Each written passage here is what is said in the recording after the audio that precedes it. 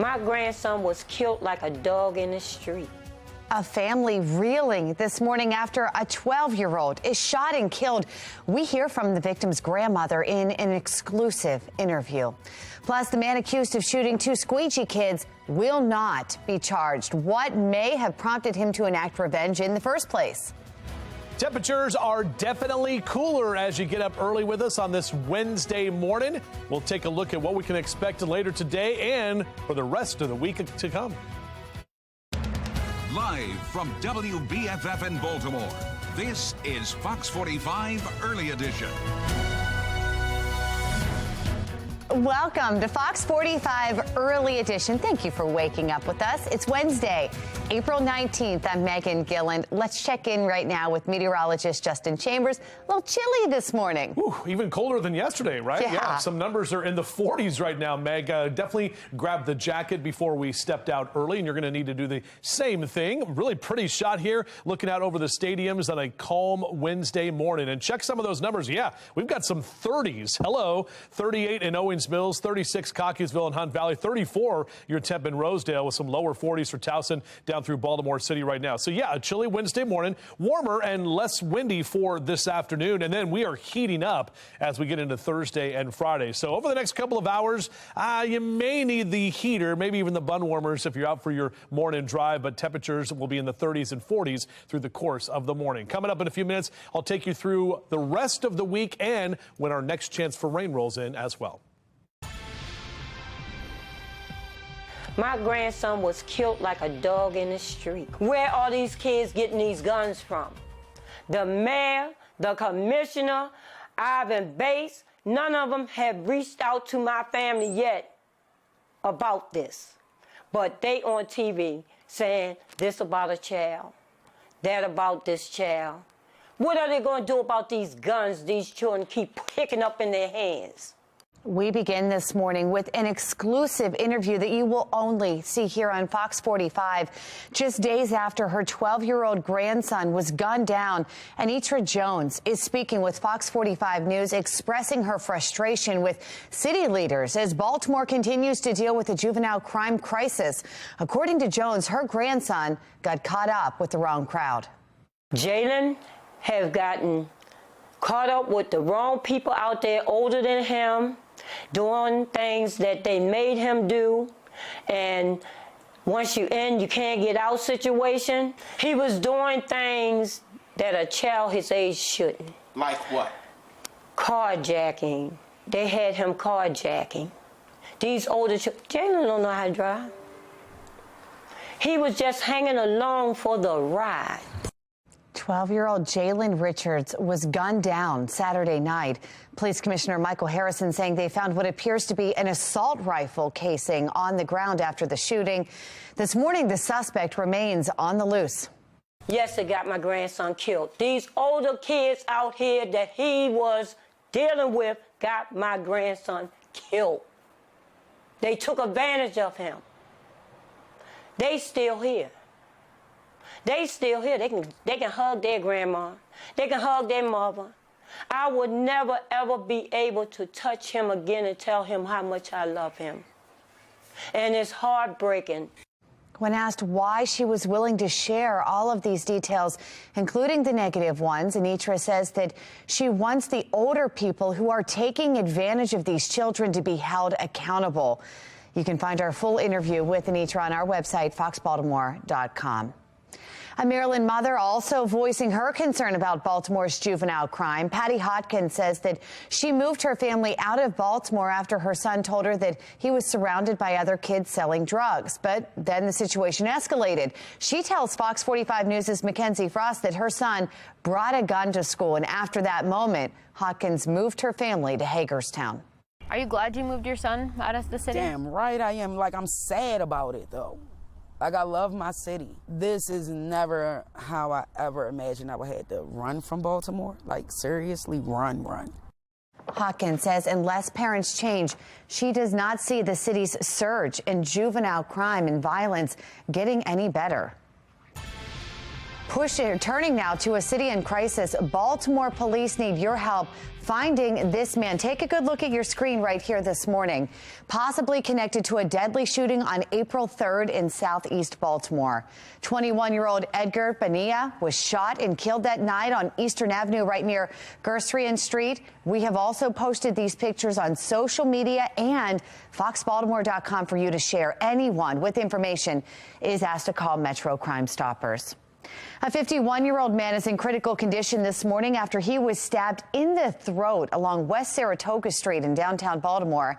This happened just before 4:30 yesterday afternoon. Police say they found the man lying on the ground and took him to a nearby hospital where he was rushed into surgery. Elsewhere in a city in crisis, all charges have been dismissed against a man accused of trying to take revenge on two squeegee kids. Last year, Zamil Dixon claimed squeegee kids had stolen his mother's phone and paid themselves $2,200. According to police, Dixon then returned to that same intersection where he offered three squeegee kids a job, drove them to Edmondson Avenue and threatened them with a gun, demanding to know, quote, "Who did this to my mom? Who?" A 17-year-old and 23-year-old were shot during the encounter. A third person escaped. See how they wanted to get a job, try to better themselves, and that's what happened. Just yesterday, prosecutors with the state's attorney's office insisted that they were forced to drop the case, writing in a statement, quote, "Our prosecutor exhausted all avenues to locate the only witness physically able to testify in court. Without that witness, we could not move forward with the case." Still ahead on the early edition, frustration from Fells Point residents as BGE starts new construction. Why they say the new regulators being installed are a safety hazard. Plus, we have a cooler start to the morning. Our Weather Authority team letting us know when we heat back up to the 80s. 4:36 now, and you're watching Fox 45 Early Edition, a local all morning.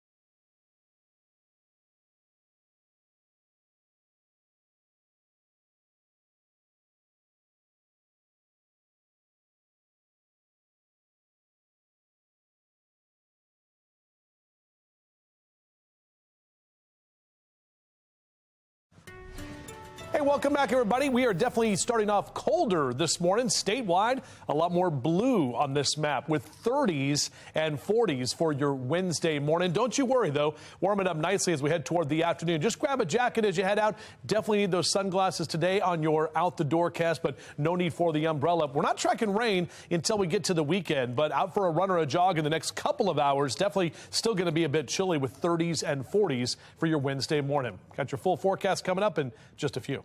All right, Justin, thank you. In a city in crisis, many homeowners in Fells Point are fuming over the construction of a new gas line they fear is putting them at risk. BGE began replacing a gas line months ago in the historic community, and neighbors are now complaining about the danger of new gas regulators, which are being installed outside their homes. Residents say the new regulators consume valuable sidewalk space on narrow streets and fear that they could pose a safety hazard. Vehicular traffic, scooter traffic, pedestrian traffic. Let's be real. Things can get vandalized and they can get hit. We are somewhat dumbfounded at the lack of equity and sharing of true, real information and possible solutions. Look, we understand and we're appreciative of an upgrade of our system. What we don't want is to be bullied into one solution that is exclusively being put on the table because it's a BG&E internal policy, which is what we've been told. We have reached out to BG for a comment, but haven't yet heard back. In the meantime,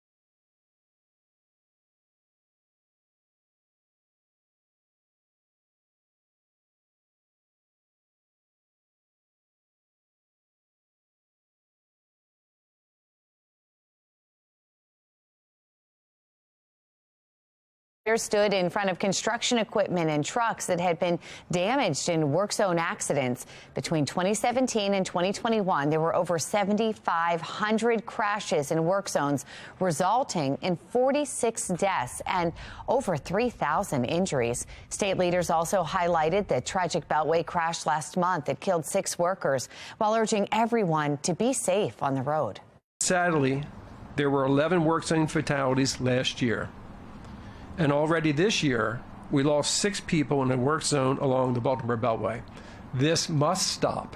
Where literally people who are building the future of our state with their hands are in fear of wondering whether or not they're going to make it home that night. To every single Marylander, I say this: slow down. A new highway safety group will look into potential improvements to work zone policies. Meantime, charges are still possible in that March crash.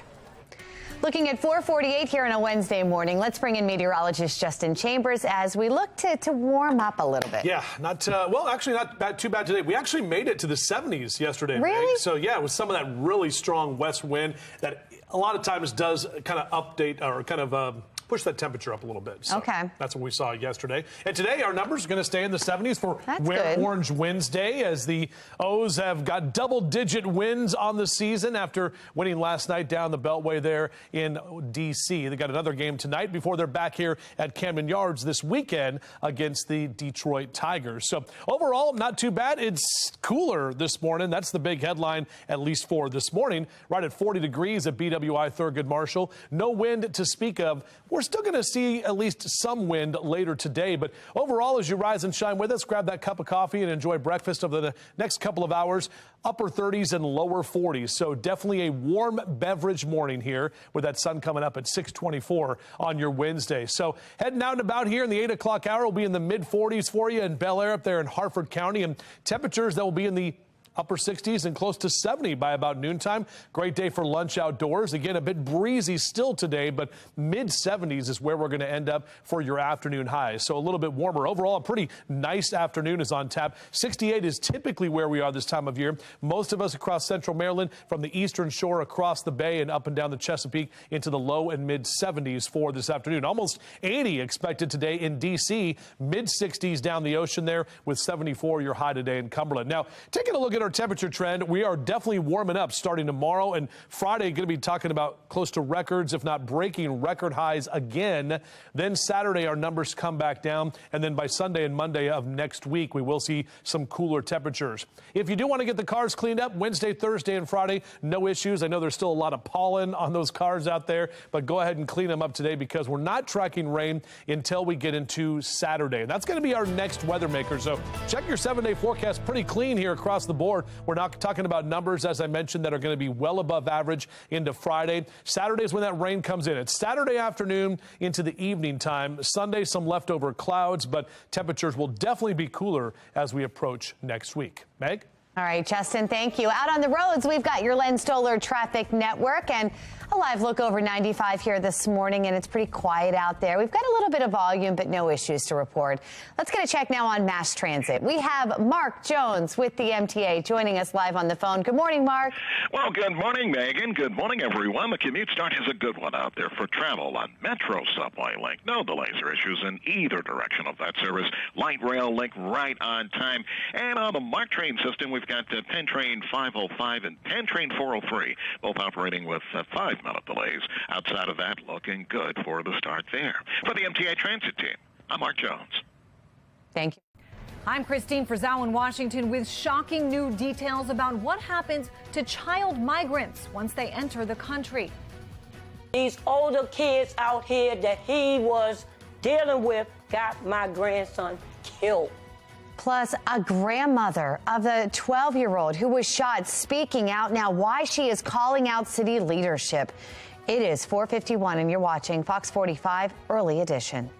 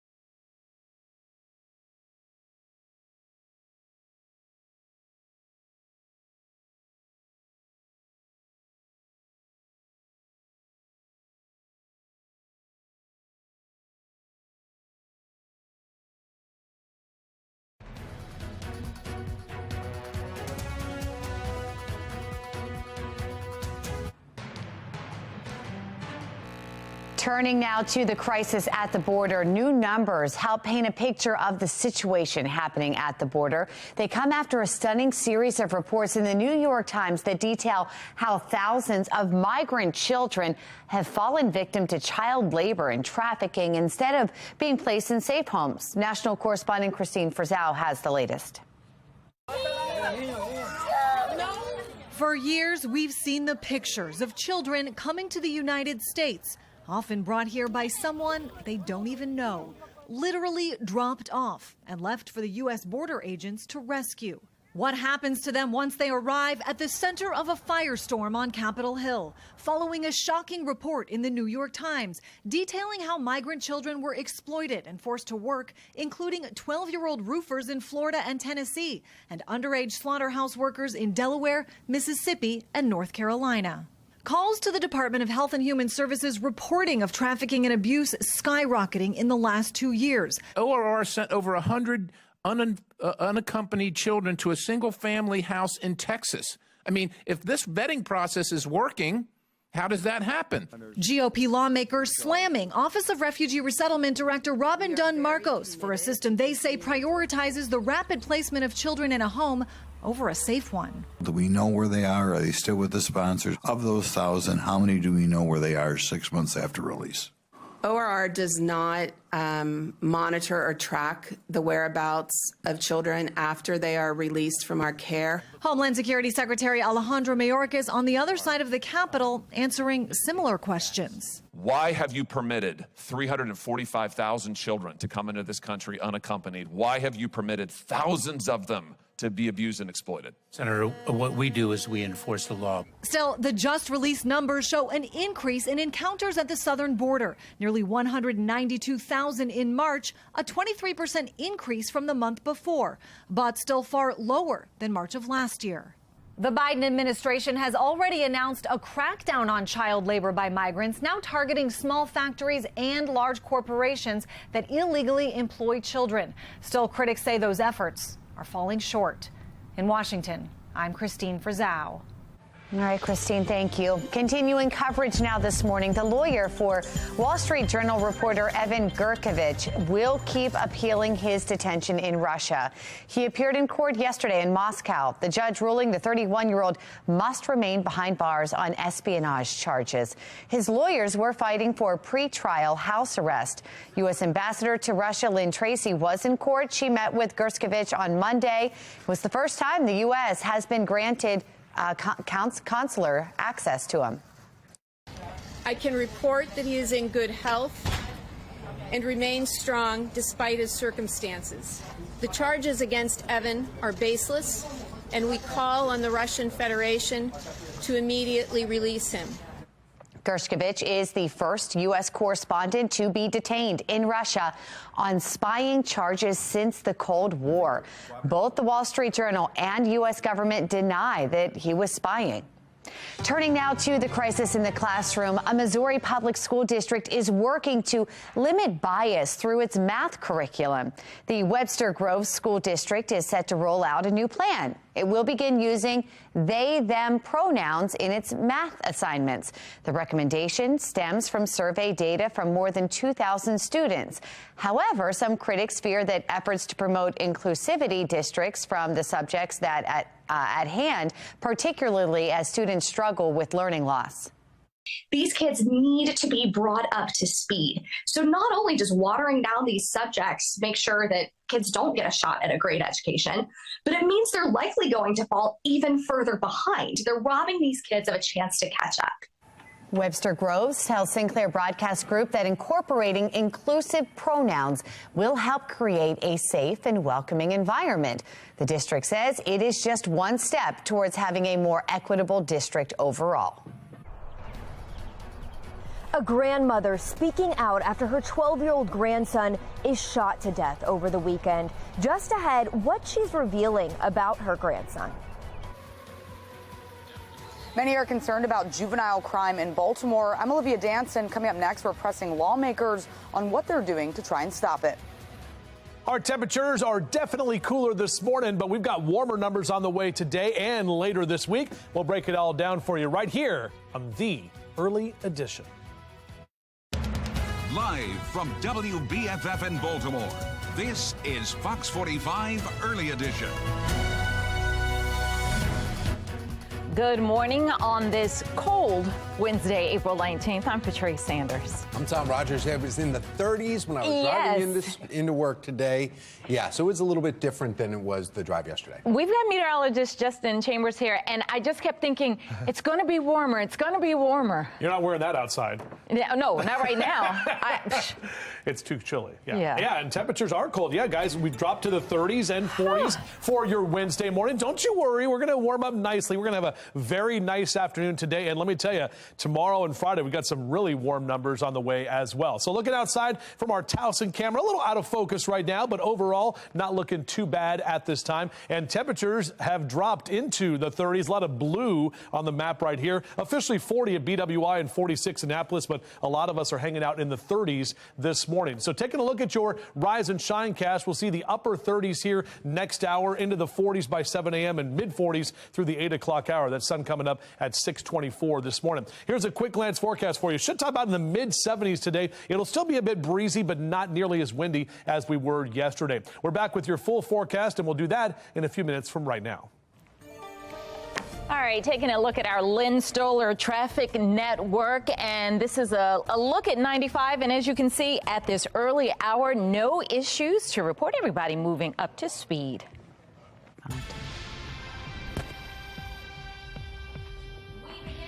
In a city in crisis, and an exclusive story. We're hearing from the grandmother of Jalen Richards. He's the 12-year-old boy who was shot and killed in South Baltimore over the weekend. Shannon Lilly is joining us live with a battle that the grandmother says she and her daughter, Jalen's mother, were fighting. Morning, Shannon. Good morning, Tom. Yeah, this was a battle that Jalen's grandmother says was trying to keep Jalen Richards safe, and it's a battle that both she and Jalen's mother lost. You'll remember Jalen was just 12 years old. He was in 6th grade right here at the Westport Academy, but he was gunned down Saturday night at the Westport Homes public housing community where he lived. His grandmother, Anitra Jones, says Jalen became the victim of the crowd that he chose. And she is confirming that her grandson was wearing an ankle bracelet on house arrest the night that he was killed. He was doing things that a child his age shouldn't. Carjacking. They had him carjacking. These older children, Jalen don't know how to drive. He was just hanging along for the ride that got my grandson killed. These older kids out here that he was dealing with got my grandson killed. They took advantage of him. They still here. They still here. They can hug their grandma. They can hug their mother. I would never, ever be able to touch him again and tell him how much I love him. And it's heartbreaking.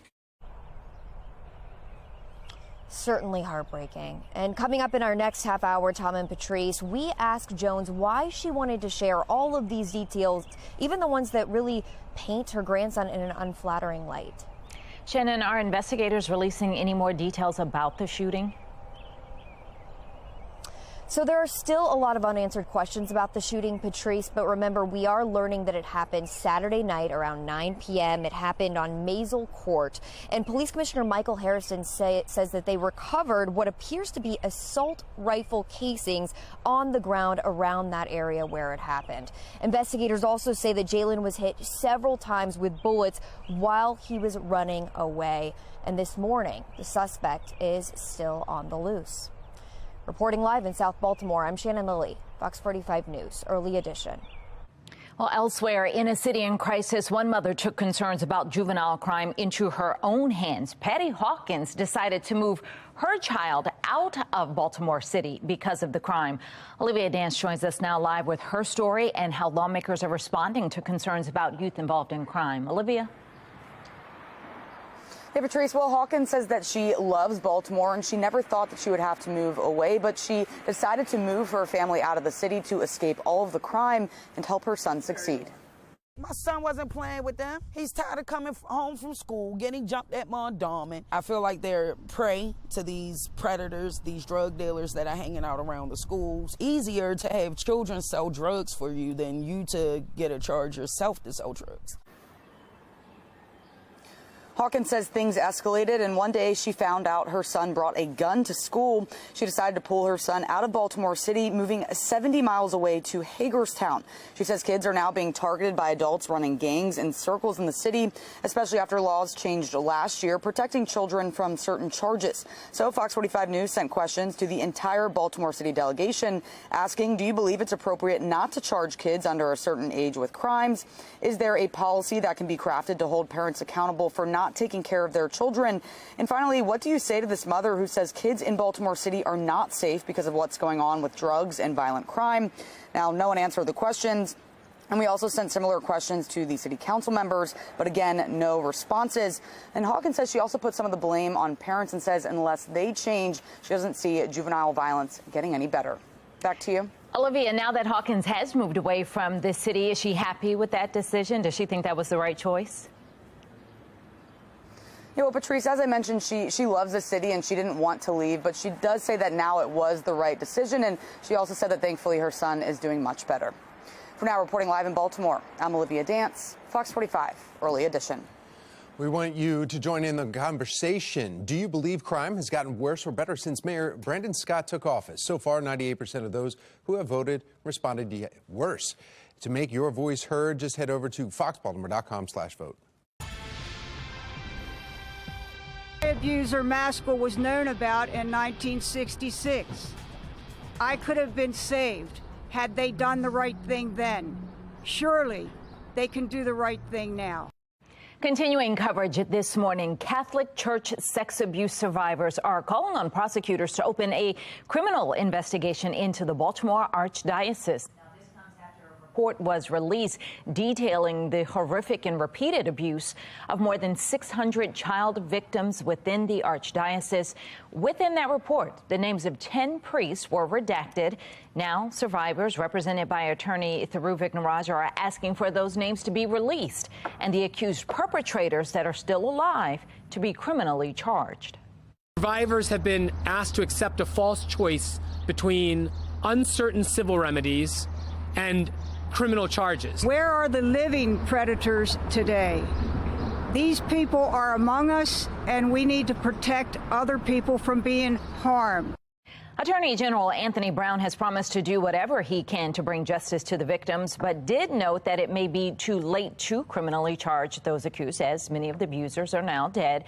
He also pointed to certain roadblocks, like the statute of limitations. Vignaraj argues that is not necessarily true, saying there is no statute of limitations for felony crimes. We reached out to Brown's office for comment. In a news conference, he says one person has been indicted. Coming up after the break, the alleged leaker of top-secret Pentagon documents is due in court this morning. The charges raising concerns as military officials scramble to keep classified information safe.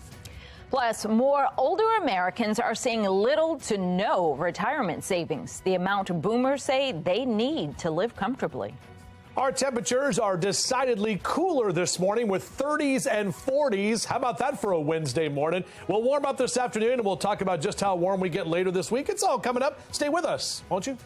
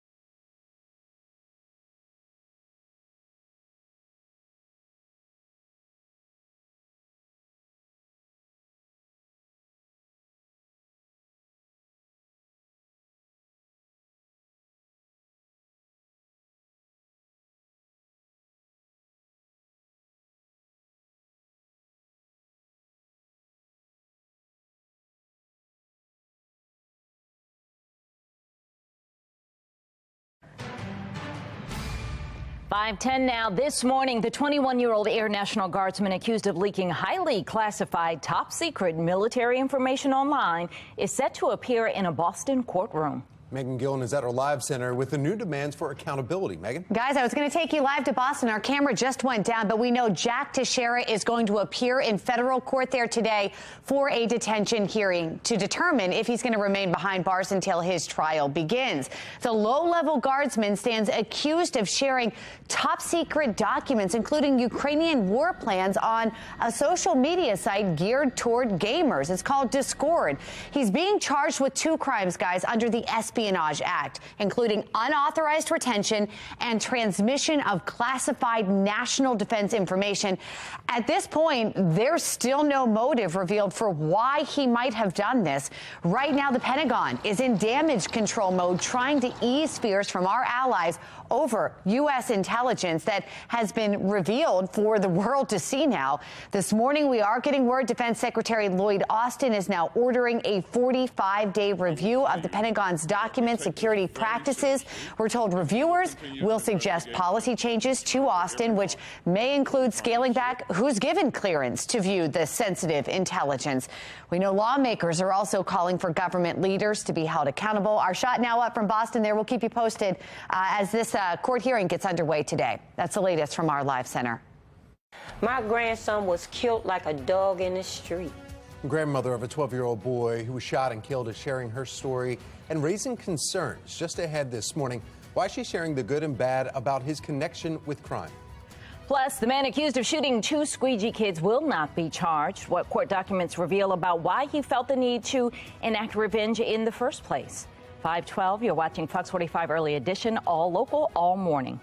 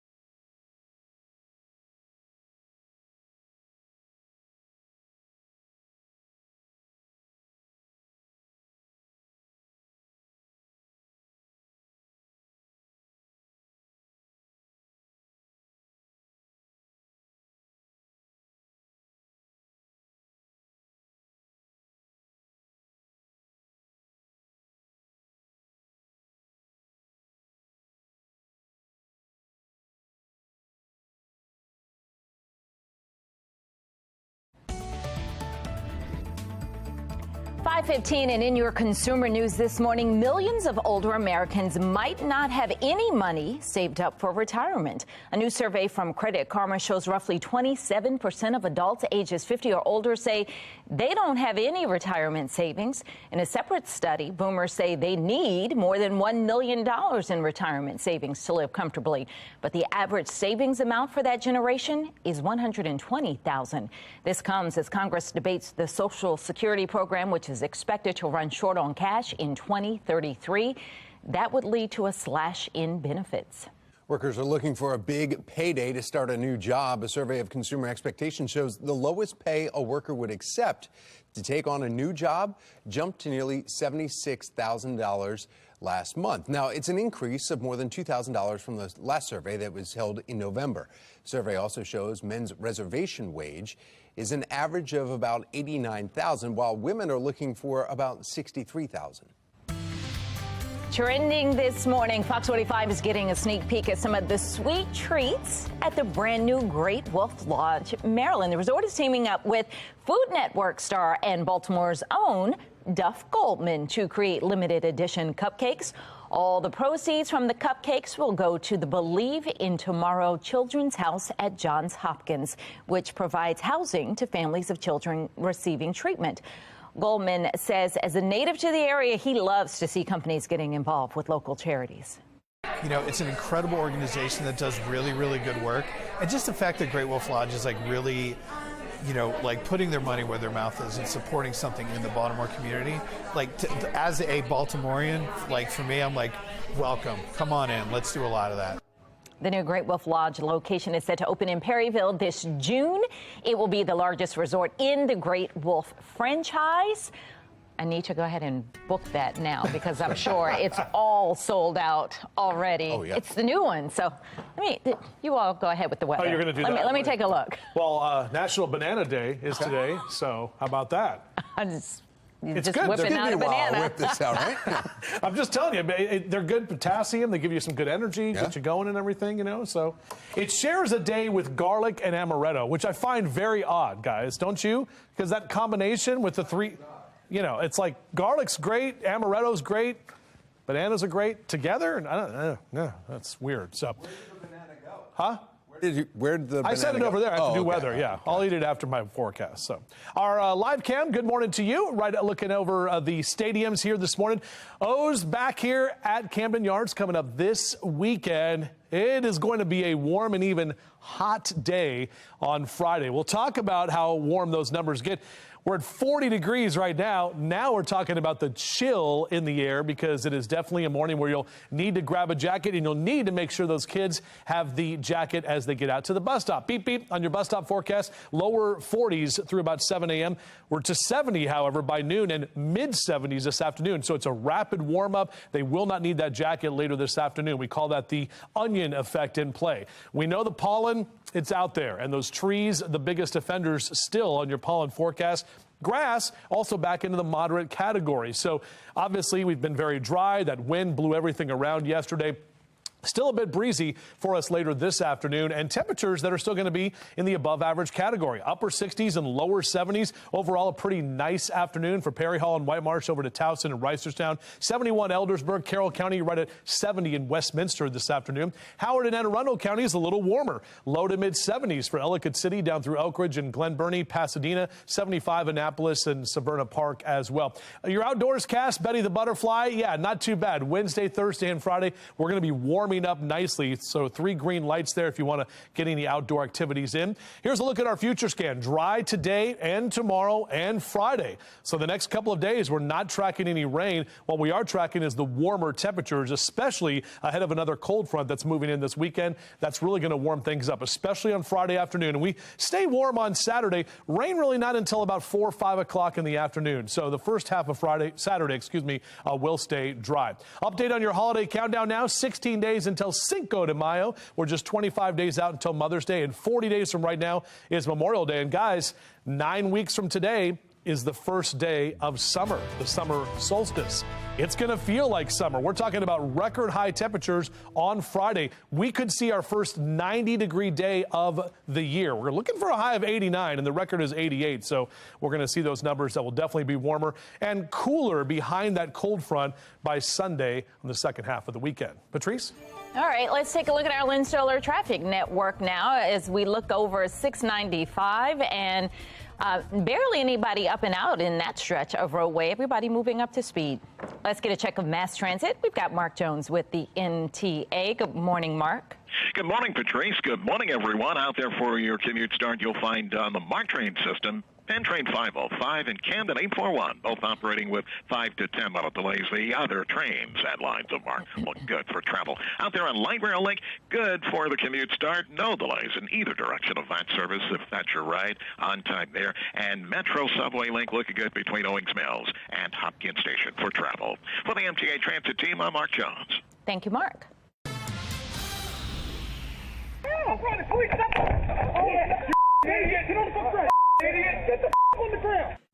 Yeah, check this out. A pizza delivery guy in Philadelphia is going viral for his efforts to stop a police pursuit. You see that right there? Man sees the suspects running down the street, then races to stick a leg out and ends up tripping the suspect, giving police time to catch up.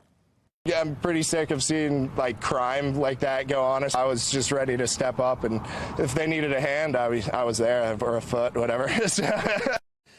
Delivery guy confirming no pizzas were harmed during his heroic efforts, and he still made the delivery right on time.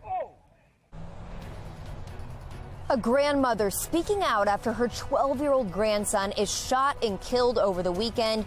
Just ahead, the warning she has about a trend she believes is happening across the city. A man was slashed in the throat just blocks away from Lexington Market. I'm Olivia Danson. Coming up next, an economist weighs in on how the violence is impacting Baltimore. You're watching Fox 45, Early Edition.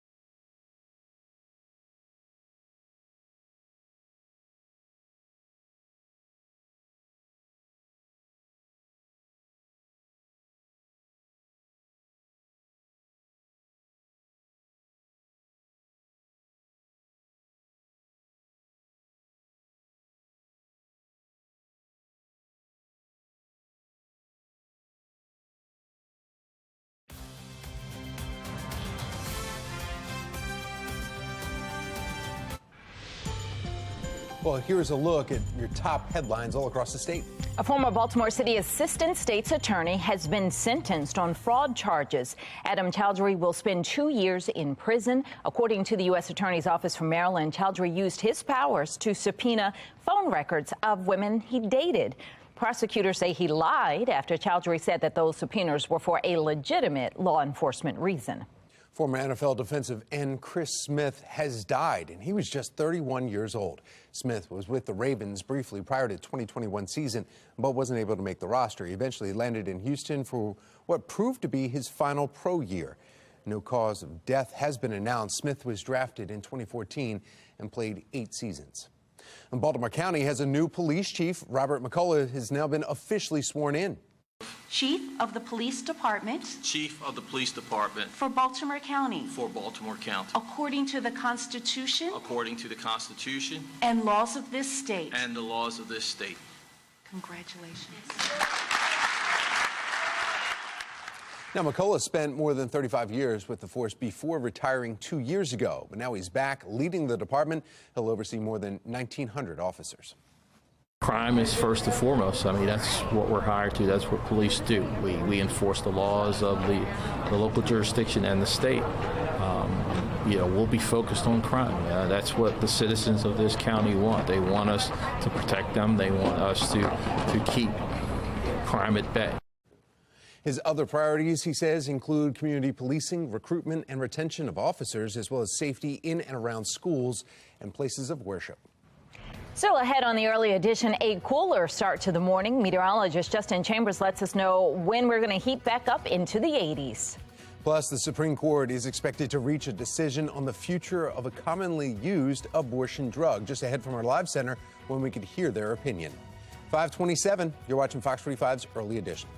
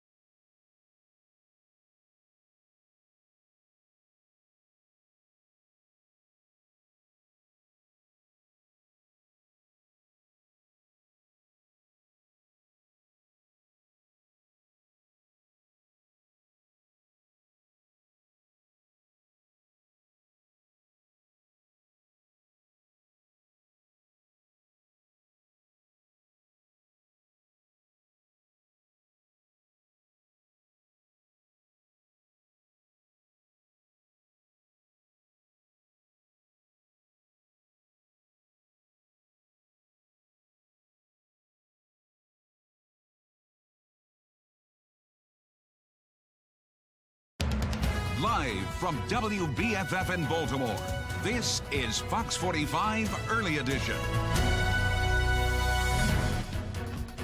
Welcome back on this Wednesday morning. Coming up on 5:30, I'm Patrice Sanders. I'm Tom Rogers, and it's a cold start to your Wednesday morning. So if the kids are heading down to the bus stop in about an hour, you really want to bundle them up. You really do. I mean, 30s. Meteorologist Justin Chambers. I was surprised. We chuckle a little bit, but yeah, it is chilly. There's no doubt about that, guys. The good news is it's the onion effect in play today because you'll bundle the kids up this morning, peel back those layers this afternoon as we're going to warm up nicely. But look at all the blue on the map right here. Statewide, we're in the 30s for Oakland, Cumberland, Hagerstown, Frederick, 37 in Westminster, right at 40 in Baltimore City, and 39 your temp currently in Bel Air. So a chilly Wednesday morning, warmer, a little less wind for the afternoon today, and then we're definitely heating up as we head into Thursday and Friday. So Mr. Bo says, yeah, maybe the bun warmer's on as you head out here this morning, upper 30s and lower 40s for your morning drive. We'll talk about how much warmer we get and if we could see our first 90-degree day of the year in just the next few days. That's coming up.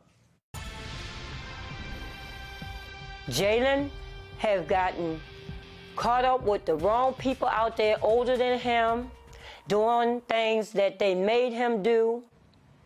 The grandmother of Jalen Richards is speaking out after her 12-year-old grandson was gunned down in South Baltimore over the weekend. And Shannon Lilly has been following this story and is joining us live now. Shannon, we heard from Jalen's grandmother in our last half hour, and she's saying why she wanted to share all the details, even the negative ones about her grandson. Yeah, that's a good question, Tom, because a lot of what she revealed about her grandson is not flattering. But essentially, it comes down to her wanting to call attention to something that she believes is a trend across the city, and she wants to warn other families before more young lives are lost. Remember, Jalen was just in the 6th grade, but his grandmother, Anitra Jones, alleges that he was involved in criminal activity, doing things like carjackings. She says he got involved with the wrong crowd, and she believes that they were using him. And she thinks that this is a trend that's happening where these older kids or adults are using younger kids to commit crimes. Listen. I want these older people to be accountable for what they're doing to these young children out here today and taking advantage of them. And guess how many more out here are going to be like Jalen? Because of older, ignorancy, adults that's using kids for their stupidity. And Jones, as you heard, is now demanding accountability also from city leaders. She's questioning where these juveniles are getting the guns in the first place. And she spoke with us, guys, not long after she got home from making funeral arrangement plans for her grandson. Reporting live in South Baltimore, I'm Shannon Lilly, Fox 45 News, Early Edition. Thank you, Shannon. Elsewhere in a city in crisis, an uptick in violence is raising concerns about popular areas in Baltimore. This week, we've already seen a woman stabbed to death, and now a man is in critical condition after being slashed in his throat. Olivia Dance is joining us live now with the latest details in these incidents and how the ongoing crime is impacting the city. Olivia. Yes, Tom, the incident is still under investigation, but the man was slashed in the throat on West Saratoga Street, which is just a couple of blocks away from Lexington Market here. Now, the woman was cut early on Tuesday in South Baltimore, and she unfortunately died. The stabbing near Lexington Market, though, is alarming, as the market was recently renovated and reopened as part of an effort to revitalize this area. Revitalization efforts have been seen across the city, with the new and improved CFG Bank Arena opening just a couple weeks ago. And last year, the Topgolf opening in an area that Mayor Scott hopes will become an entertainment district. Now, before the opening, Fox 45 News spoke with an economist worried crime would steer people away from all the new developments. To really have the most number of people be in the arena, therefore generate the most economic impact and most tax-based effects for the city of Baltimore, public safety, right? There's too much anxiety among many people in terms of coming to the city, including downtown. If we can address that anxiety by improving the public safety outcomes, this city will be on the march forward once again. And now some may be wondering if all the revitalization efforts are actually worth it, or if crime will continue to negatively impact this city. For now, reporting live in Baltimore, I'm Olivia Dance, Fox 45, Early Edition. Elsewhere in a city in crisis, all charges have been dismissed against a man accused of taking revenge on two squeegee kids. Last year, Emil Dixon claimed that squeegee kids had stolen his mother's phone and paid themselves $2,200. According to police, Dixon then returned to that same intersection where he offered three squeegee kids a job, drove them to Edmondson Avenue, and then threatened them with a gun, demanding to know, quote, who did this to my mom, who took the money the other day. A 17-year-old and a 23-year-old were shot during the encounter. A third person escaped. See how they wanted to get a job, try to better themselves, and that's what happened. Well, just yesterday, prosecutors with the state's attorney's office insisted they were forced to drop the case, writing in a statement, our prosecutor exhausted all avenues to locate the only witness physically able to testify in court. Without that witness, we could not move forward with the case. Mayor Brandon Scott briefly touched on ongoing controversy surrounding squeegee kids during his State of the City address. Where we successfully reduced squeegee-related calls by 73% by balancing opportunity with fair consequences. Yeah, remember, squeegees, no one asks us about that anymore.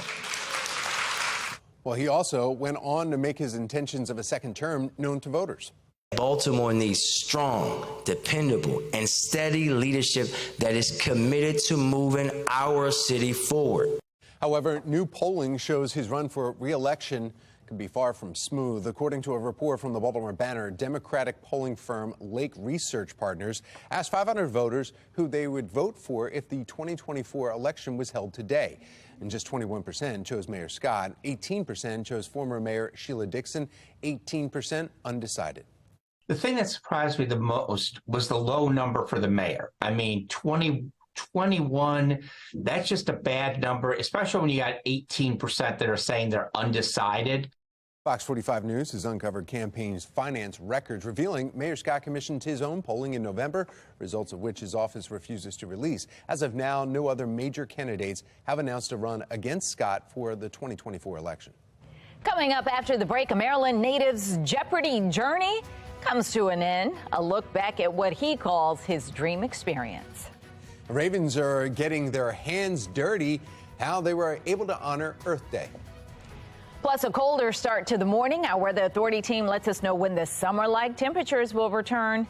5:37, you're watching Fox 45 Early Edition, all local, all morning.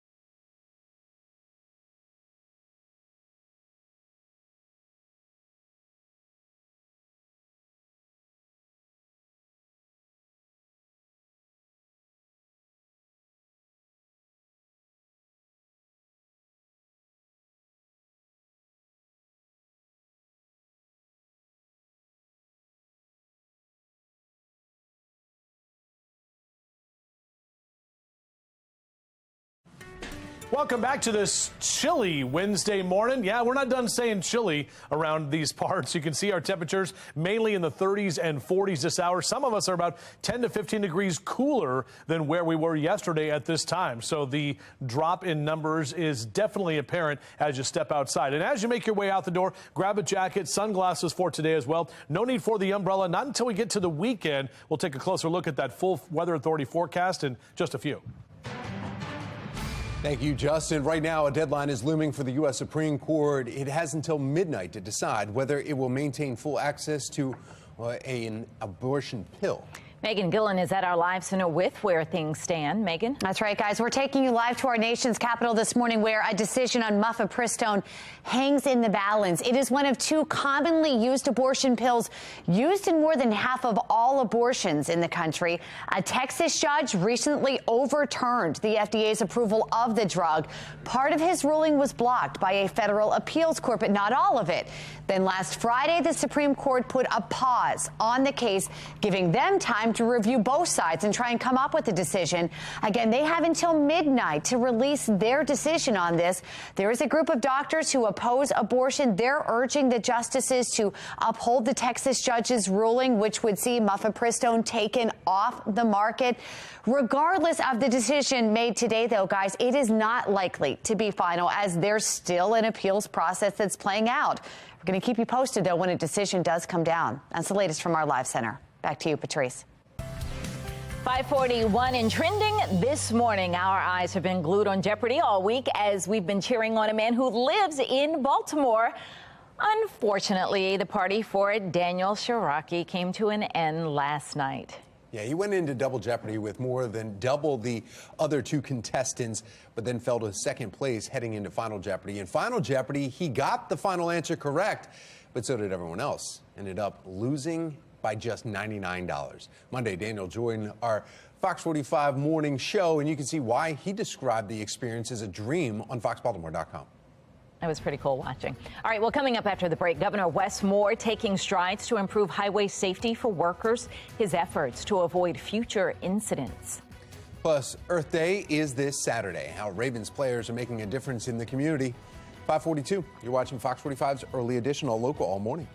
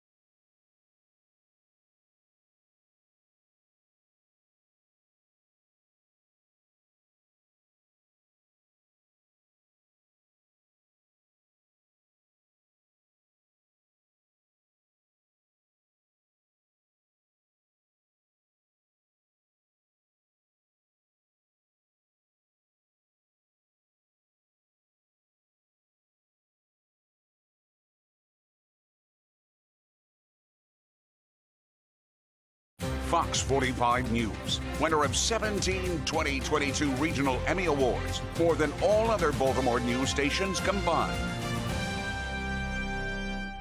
5:45 on this Wednesday morning, and trending this morning, Governor Wes Moore and members of the Department of Transportation are pushing new highway safety efforts. To demonstrate the dangers, state leaders stood in front of construction equipment and trucks that have been damaged in work zone accidents between 2017 and 2021. And there were more than 7,500 crashes in work zones, resulting in 46 deaths and more than 3,000 injuries. State leaders also highlighting the tragic Beltway crash just last month that killed 6 workers, while urging everyone to be safe on the roads. Sadly, there were 11 work zone fatalities last year. And already this year, we lost 6 people in a work zone along the Baltimore Beltway. This must stop. We're literally people who are building the future of our state with their hands are in fear of wondering whether or not they're going to make it home that night. To every single Marylander, I say this: slow down. A new highway safety group will look into potential improvements to work zone policies. In the meantime, charges are still possible in the March crash. The Ravens are helping the Baltimore community celebrate Earth Day. 130 volunteers from the Ravens, M&T Bank, and Constellation took part in a neighborhood cleanup and restoration event at the Hidden Harvest Farm. Volunteers helped with trash pickup, mural installation, sidewalk restoration, and a whole lot more. Those at the event say they were happy to give back to the community. It's just really rewarding for our staff from all 3 organizations to be out in the community that we all love. It is just a way for us to show our support, and the Ravens are playing on Sundays, but community is on top of mind 365 days a year. Later this week, the Ravens will host volunteering events with Rise Against Hunger to help feed those in need, and Play 60, encouraging kids to get outside and be active. I was able to get back outside and be active yesterday thanks to Perry Hall Lawn Equipment. You were able to hook me up because we couldn't find the tires for my lawnmower. And it's like 3 weeks out if you go to Amazon for this one size, 11 by 6. That's a random thing to not have the wheels for a lawnmower. But yet if you go to any kind of... All right, let me pause. Okay. If you go to any home improvement store, those wheels that are on the front of those lawnmowers, yeah, they're right there. But they don't sell them inside. They sell different sizes inside. Oh. Had a little bit of driving around for that, yeah. But anyway. Let me bring some emotional support in for you. Yeah. Do you need a hug? I do. I mean, I was like in Hanover, PA at one point because they had them at this one place. I don't want to say the name, but they supply tractors. What happened to the wheels from last year? They had to repair them, but nobody repairs them. I'm telling you, 11 by 6 by 5. If you have a zero-turn lawnmower, watch out because you can't find them. Order some replacements now, so they'll get here in about 3 weeks. 3 weeks. Public service announcement. You know what this reminded me of? I need to start my mowcast. I haven't started. See? Yeah, because we've been mowing. I'm on the third mow already.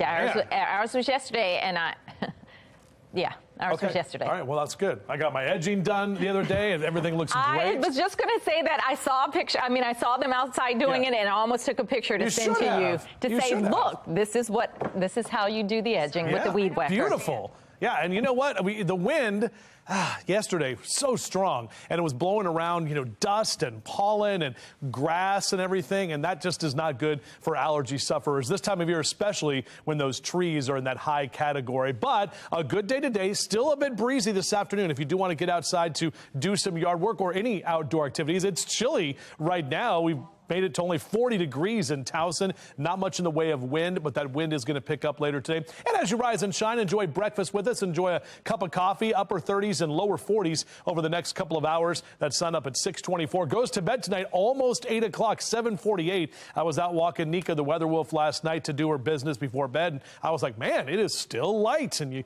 definitely are feeling that. Golfers hitting the links today on our forecast.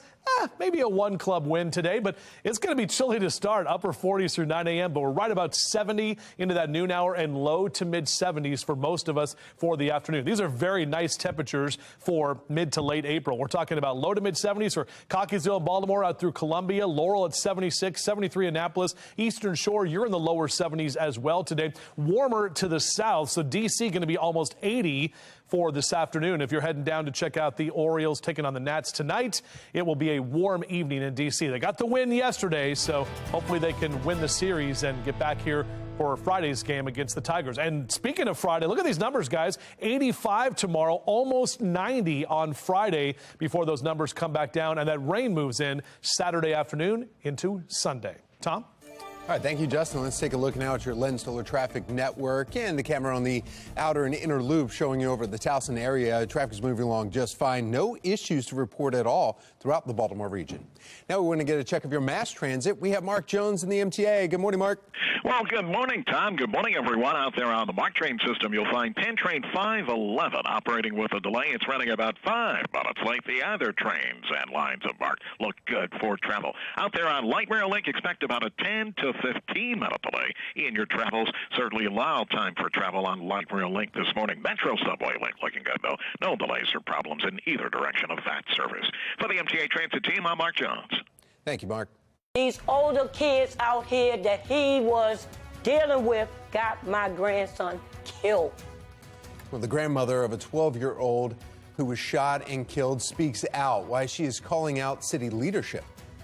Plus, as the juvenile crime crisis continues, one mother is taking matters into her own hands, moving her family out of the city. We take her story to lawmakers looking for answers. 5:51 is the time. You're watching Fox 45 Early Edition, all local, all morning.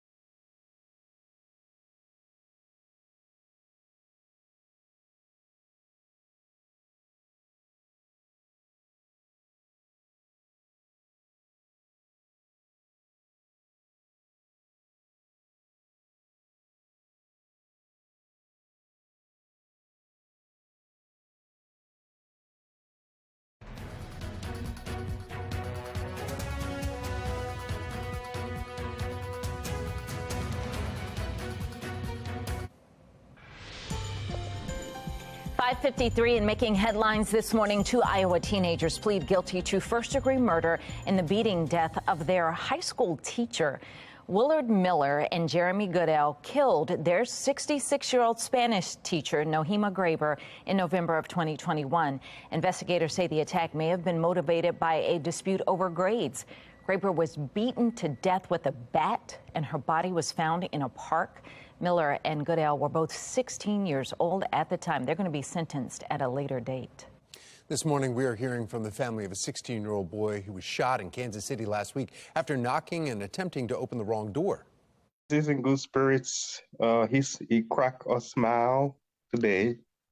One of his teachers from elementary school asked him for permissions to give a testimony how good a student Ralph was. So when Ralph saw that request came from his elementary teacher, he smiled. Say, of course, he can talk about me. Ralph Yarl is home and continues to recover after being shot in his head and arm. Right now, the shooter, identified as 84-year-old Andrew Lester, posted bail after he was charged. Court documents show Lester said he was on his way to bed when he heard his doorbell ring. He told police someone was trying the door handle. We understand no words were spoken between the two until Lester fired at Yarl through his glass door. Prosecutors are addressing these charges. In Clay County, we enforce the laws and we follow the laws, and that does not matter where you come from or what you look like or how much money you have. Everyone is held to the same standard. Now, Missouri students from Yarl School took to the streets holding a huge unity march yesterday morning. Yarl is a junior in high school, and a GoFundMe that was set up for him is now nearing $3 million.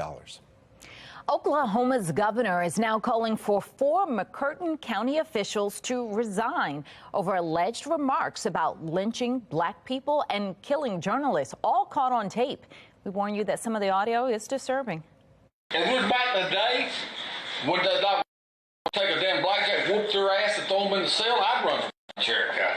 Well, it's not like that no more. I know. We're taking them down here on Mud Creek and hang them up with the damn rope. Yeah. But you can't do that. Think about it, they got more rights than we got. The recordings also captured the group talking about hiring men to kill reporters at a local paper where their bodies could be hidden. The McCurtain County Sheriff's Office claims the recordings were altered and obtained illegally. And an Oklahoma reporter says he had legal approval to record relating to a separate issue. Well, taking you live to New York this morning, where a community is recovering after officials say at least one person is dead in a parking garage collapse. 5 others were hurt. The 3-story building fell around 4 yesterday afternoon, hitting several vehicles in a heap of twisted metal and concrete. This is just a few blocks from City Hall on the Brooklyn Bridge. People nearby said it sounded like an earthquake. The mayor says they used a robotic dog and a drone to go into the unstable building. We do not want to send in someone until we can make sure the building is shored up, but using the necessary technology, we're able to get a clear view of what's happening inside the building for the most part, and do whatever we can to see if there are any more victims. Now, crews say they have accounted for all the people known to be in the building at the time. It's not immediately clear what caused the collapse, and the city is investigating any work permits and outstanding violations for that location.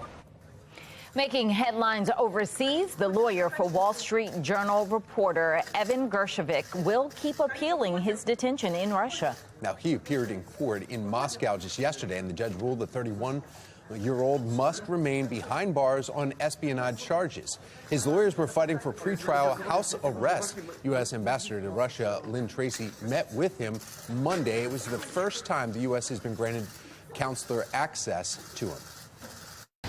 I can report that he is in good health and remains strong despite his circumstances. The charges against Evan are baseless, and we call on the Russian Federation to immediately release him. Gershkovich is the first U.S. correspondent to be detained in Russia on spying charges since the Cold War. Both the Wall Street Journal and U.S. government deny he was spying. You can download the FOX45 News app for breaking news up to the minute, traffic conditions, school closings, weather anytime. Just search WBFF in your app store. A grandmother speaking out after a 6th grader is shot to death over the weekend. Just ahead, what she is revealing about her grandson.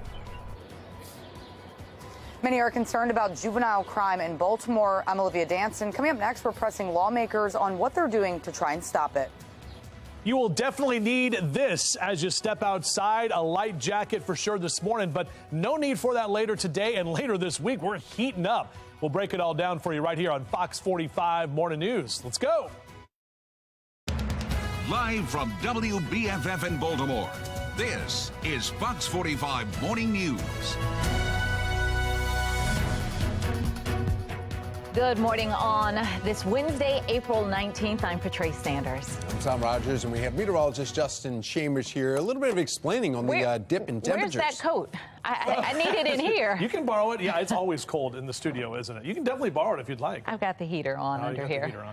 Yeah, well, it's cold. It's called radiational cooling, Tom, if you want me to explain it. We have the lack of the cloud cover and all of those temperatures that we had from yesterday in the 70s. All of that heat allowed to escape when you get these nice clear skies and light wind. That is what we're talking about with those temperatures on the right side of your screen, with most of us in the 30s and a few lower 40s as well. 38 in Towson, 35 Cockeysville, straight down the JFX to Baltimore City at 39 right now. Same number for you there in Brooklyn Park. So overall, after our chilly Wednesday morning, we'll be warmer this afternoon. Still a bit breezy later today, and then we are going to be heating up. We're talking Thursday and Friday. The 80s are making a strong comeback. Here's a look at your morning drive as Mr. Bo says, yeah, maybe the heater going on this morning, possibly those bun warmers with upper 30s and lower 40s for your morning drive. How's it looking out there on the roads right now, Tom? Roads actually look great right now if you're starting your morning commute. From your Lens Solar Traffic Network, taking a look at some of the cameras around the Baltimore region, and that's what the majority of the roads look like from all around Baltimore,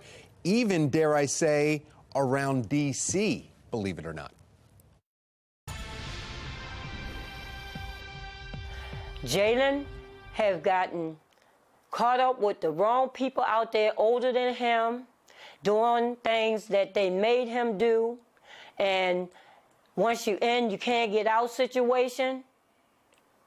That's why Jalen's on that box. An exclusive story you'll only see here on Fox 45 News. The grandmother of Jalen Richards, the 12-year-old boy who was shot and killed in South Baltimore over the weekend, is speaking out. Now, this morning, Fox 45 News has live team coverage on the experiences of young people in Baltimore as the unrelenting crime crisis continues. In just a few minutes, Olivia Dance will join us with a look at one mother's story of her son's experience with the goal of turning things around. We begin with Shannon Lilly. She is live with the battle between 12-year-old Jalen Richards' mother and grandmother and how they lost the battle to keep him safe. Shannon? Yeah, this was a battle, Tom, like you said, that his grandmother was trying to keep Jalen Richards safe, and it's a battle that they lost. Remember, Jalen was just 12 years old. He was just in the 6th grade here at the Westport Academy, but he was gunned down Saturday night at the Westport Homes public housing community where he lived. And his grandmother, Anitra Jones, says Jalen became the victim of the crowd that he chose. She is confirming that her grandson was wearing an ankle bracelet and that he was on house arrest the night that he was killed. He was doing things that a child his age shouldn't. Carjacking. They had him carjacking. These older children, Jalen don't know how to drive. He was just hanging along for the ride that got my grandson killed. These older kids out here that he was dealing with got my grandson killed. They took advantage of him. They still here. They still here. They can hug their grandma. They can hug their mother. I would never, ever be able to touch him again and tell him how much I love him. And it's heartbreaking. Certainly heartbreaking. And coming up in our next half hour, Tom, we asked Jones why she wanted to share all of these details about her grandson, even the ones that don't paint him in a flattering light. Yeah, and Shannon, are investigators releasing any more details, though, about this shooting? So, Tom, there are still a lot of questions surrounding this shooting. Once again, we do know that this happened Saturday night. It happened around 9 o'clock at night along Maisel Court. Police Commissioner Michael Harrison says they recovered what appeared to be shell casings from an assault rifle on the scene. We also know that Jalen was hit several times while he was running away, according to investigators. And this morning, the gunman is still at large. Reporting live in South Baltimore, I'm Shannon Lilly, Fox 45 Morning News. Thank you, Shannon. 6:04, and we continue our live team coverage this morning with the concerns from one mother who took action to escape juvenile crime. Patty Hawkins decided to move her and her son out of Baltimore City because of the crime. Olivia Dance joins us now with her story and how lawmakers are responding to concerns about youth who find themselves involved in crime. Olivia. Well, Hawkins says she loves Baltimore and never thought she would have to leave, but she decided to move her family away to escape all the crime and to help her son succeed. My son wasn't playing with them. He's tired of coming home from school, getting jumped at Mondawmin. I feel like they're prey to these predators, these drug dealers that are hanging out around the schools. Easier to have children sell drugs for you than you to get a charge yourself to sell drugs.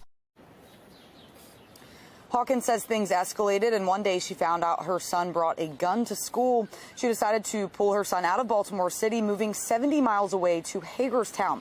She says kids are now being targeted by adults running gangs and circles in the city, especially after laws changed last year protecting children from certain charges. So Fox 45 News sent questions to the entire Baltimore City delegation, asking, do you believe it's appropriate not to charge kids under a certain age with crimes? Is there a policy that can be crafted to hold parents accountable for not taking care of their children? And finally, what do you say to this mother who says kids in Baltimore City are not safe because of what's going on with drugs and violent crime? Now, no one answered the questions, and we also sent similar questions to the city council members, but again, no responses. Hawkins says she also put some of the blame on parents and says unless they change, she doesn't see juvenile violence getting any better. Patrice, back to you. Olivia, since Hawkins moved away, does she think that that was the right decision? Yeah, Patrice, so she never wanted to leave Baltimore. As I mentioned, she loves this city, but she realizes now that it was the right decision, and she also says that thankfully her son is doing much better. For now, reporting live in Baltimore, I'm Olivia Dance, Fox 45 Morning News. We want you to join the conversation. Do you believe crime has gotten worse or better since Mayor Brandon Scott took office? So far, 99% of those who voted say worse. You can make your voice heard by going to foxbaltimore.com/vote. Charges have been dropped against a man accused of taking revenge on 2 squeegee kids. How the case all stemmed from his mother being schemed out of $2,200. And all eyes on a Boston courtroom as the Air National Guardsman accused of leaking top secret military information is said to appear. Up next from our live center, the finger pointing at who else is to blame. Temperatures chilly, no doubt about that, but a gorgeous start to your Wednesday morning. Just grab a jacket as you make your way out. We'll talk about those warmer numbers today and later this week coming up on Fox 45 Morning News.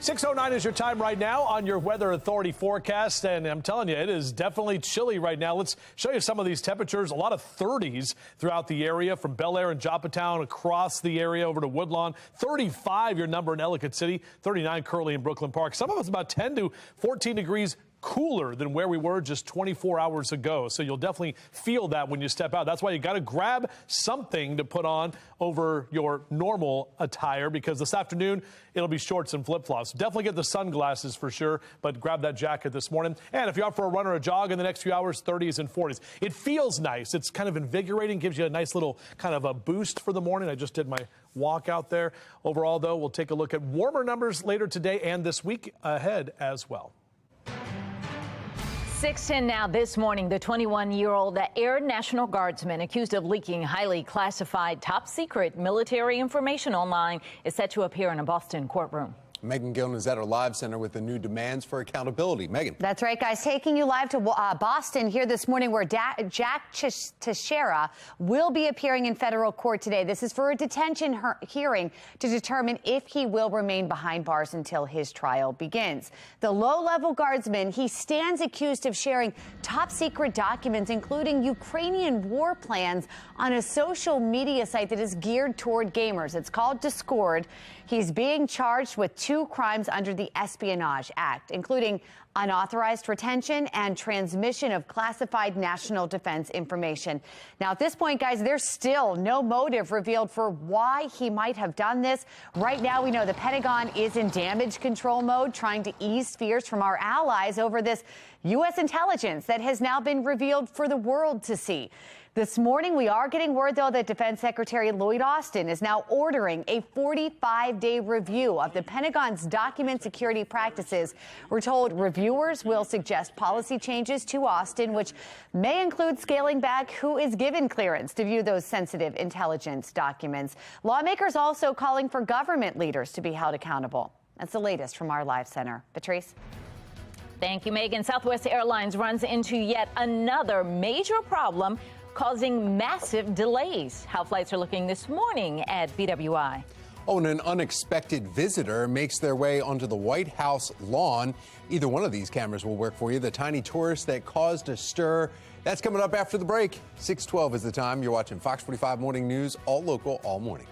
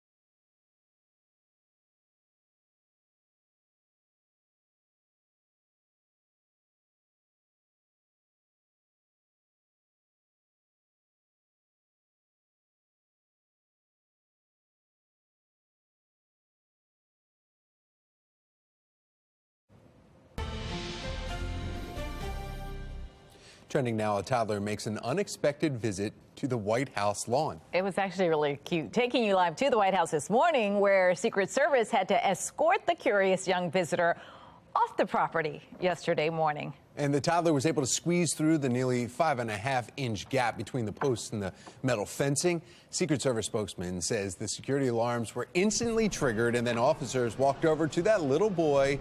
He was quickly reunited with his parents, who were not able to make it through the fence. They were briefly questioned before continuing on their way. Oh, we've got to find the picture. There's a cute picture of the security guards. Two of them holding the kid, walking him back to the gate. All right. Well, throughout the U.S., thousands of travelers are behind schedule after Southwest Airlines encountered a technical issue. That's right. The airline says the problem is now fixed, but it's still working to get caught up with its operations. Flights were grounded for several hours yesterday morning. About 2/3 of Southwest flights in and out of BWI are delayed today, and the delays have been a big frustration for travelers. Now, let's take a look at the situation right now at BWI. Good news, we are seeing a lot of on-time flights this morning. It's looking like travel is pretty much back to normal for Southwest Airlines after that delay happened yesterday afternoon. Well, trending elsewhere, we're taking you live to Pittsburgh this morning, where the ketchup controversy finally comes to an end. Ravens fans are probably very familiar with this. One of two giant ketchup bottles taken down from the Steelers Stadium when the name changed from Heinz Field to Acrisure Stadium. Well, it's making a comeback. The bottle is going back up into the stadium at Gate C. That will now be known as the Heinz Gate. A spokesperson with Kraft Heinz says the company is working on refurbishing the other bottle as well. Well, right now, crews are assessing the damage after wildfire tore through Rhode Island last week. The fire burning just south of Providence, now the largest in state history after scorching nearly 700 acres. Firefighters also battling weather conditions, which were fanning those flames. Due to wind conditions, weather conditions, the fire was moving at such a rate and had risen to the what they call crowning. The fire reached the treetops and was burning across treetops, so fire hoses couldn't reach it. Well, authorities say it appears a campfire led to this large fire. Just 2 weeks ago, firefighters were also battling another wildfire there. Well, it's 6:17 now. We've got meteorologist Justin Chambers back with us. We had a red flag warning here yesterday, guys, with that high fire danger. And you think about it, just haven't had a lot of rain. The soil very dried out. Then you get the wind and those temperatures really warm up. That's exactly what they saw right up there. Now, today, less wind. It's still going to be a bit breezy. And then as we get to the end of the week, we're probably going to have to deal with more of those fire weather warnings because we're going to really heat up and we're still going to be pretty dry. We're not getting any rain to kind of help out the situation, not until we get into Saturday afternoon. But clear skies right now. Beautiful shot. If you have a moment to peek at your TV screen right there from our Mile 1 Auto Group cam in Towson.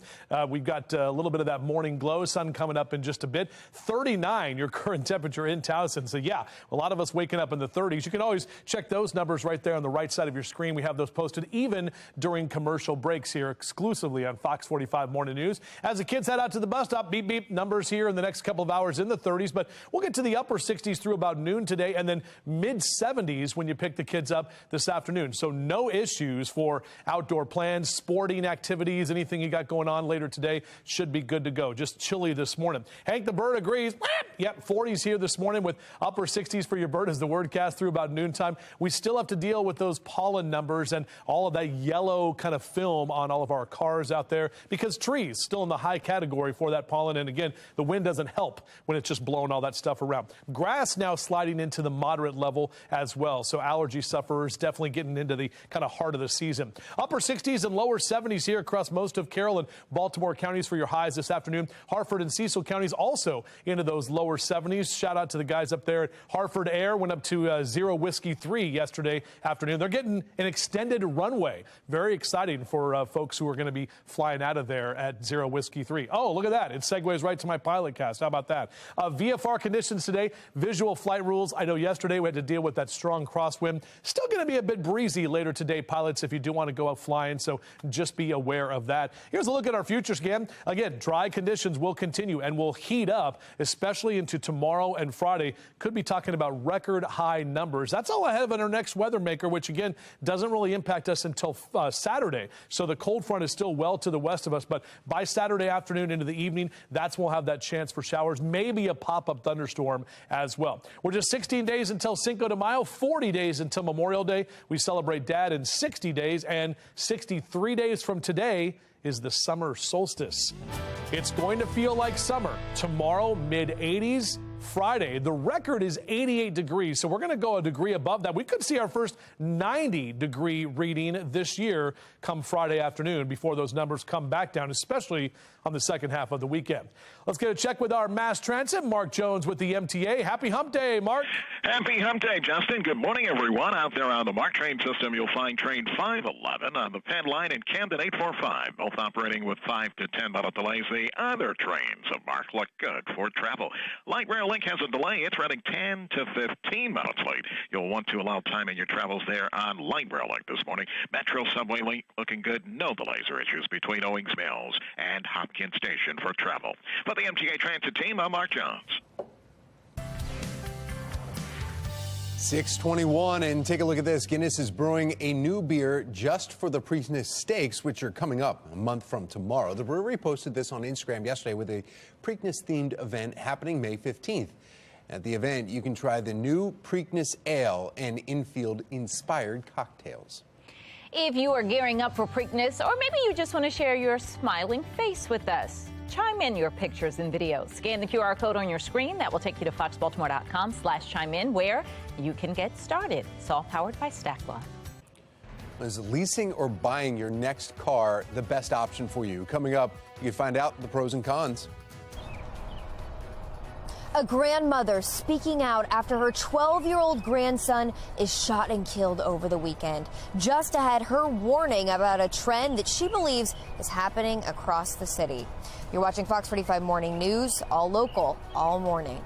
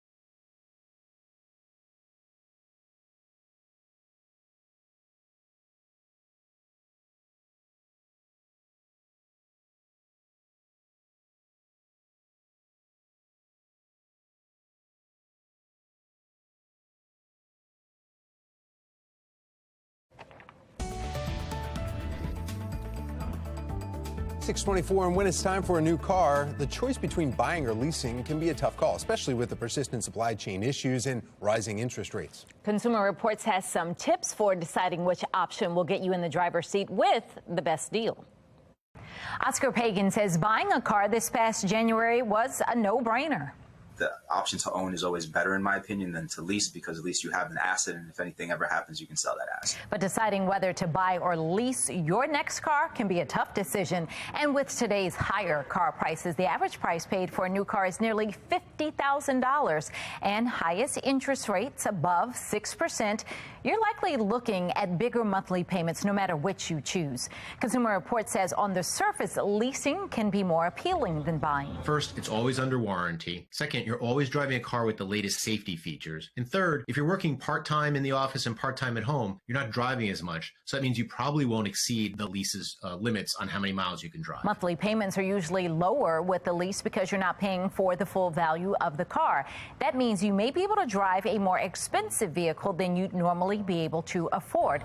While that might sound appealing, there's one hard fact about leasing. At the end of the term, you'll have to return the car because you don't own it. A major downside of leasing is that you have an endless cycle of paying for a car. You're never without a car payment, because as soon as the one lease is up, you have to either buy a car or get into another lease. It's difficult to make a fair head-to-head comparison, but in general, 2 back-to-back 3-year leases will always cost more compared with buying and owning a car over that same period, because the buyer owns the asset, the vehicle, after that period. If you do choose to buy your next car, CR says there are some easy ways to save. Don't rely on the dealer for the best loan rate. Instead, check if your bank or local credit unions offer lower rates. And if your heart isn't set on a specific make or model, shop around for financing incentives that might be offered by manufacturers. Even if you choose to lease, you should still negotiate the price of the car and the terms of the deal. We have a much cooler start to your day with temperatures this hour in the 30s and 40s. Coming up, meteorologist Justin Chambers is taking a look at when our warmer spring temperatures are making a comeback. A man was slashed in the throat just blocks away from Lexington Market. I'm Olivia Danson. Coming up next, an economist weighs in on how the violence is impacting Baltimore. You're watching Fox 45 Morning News, all local, all morning.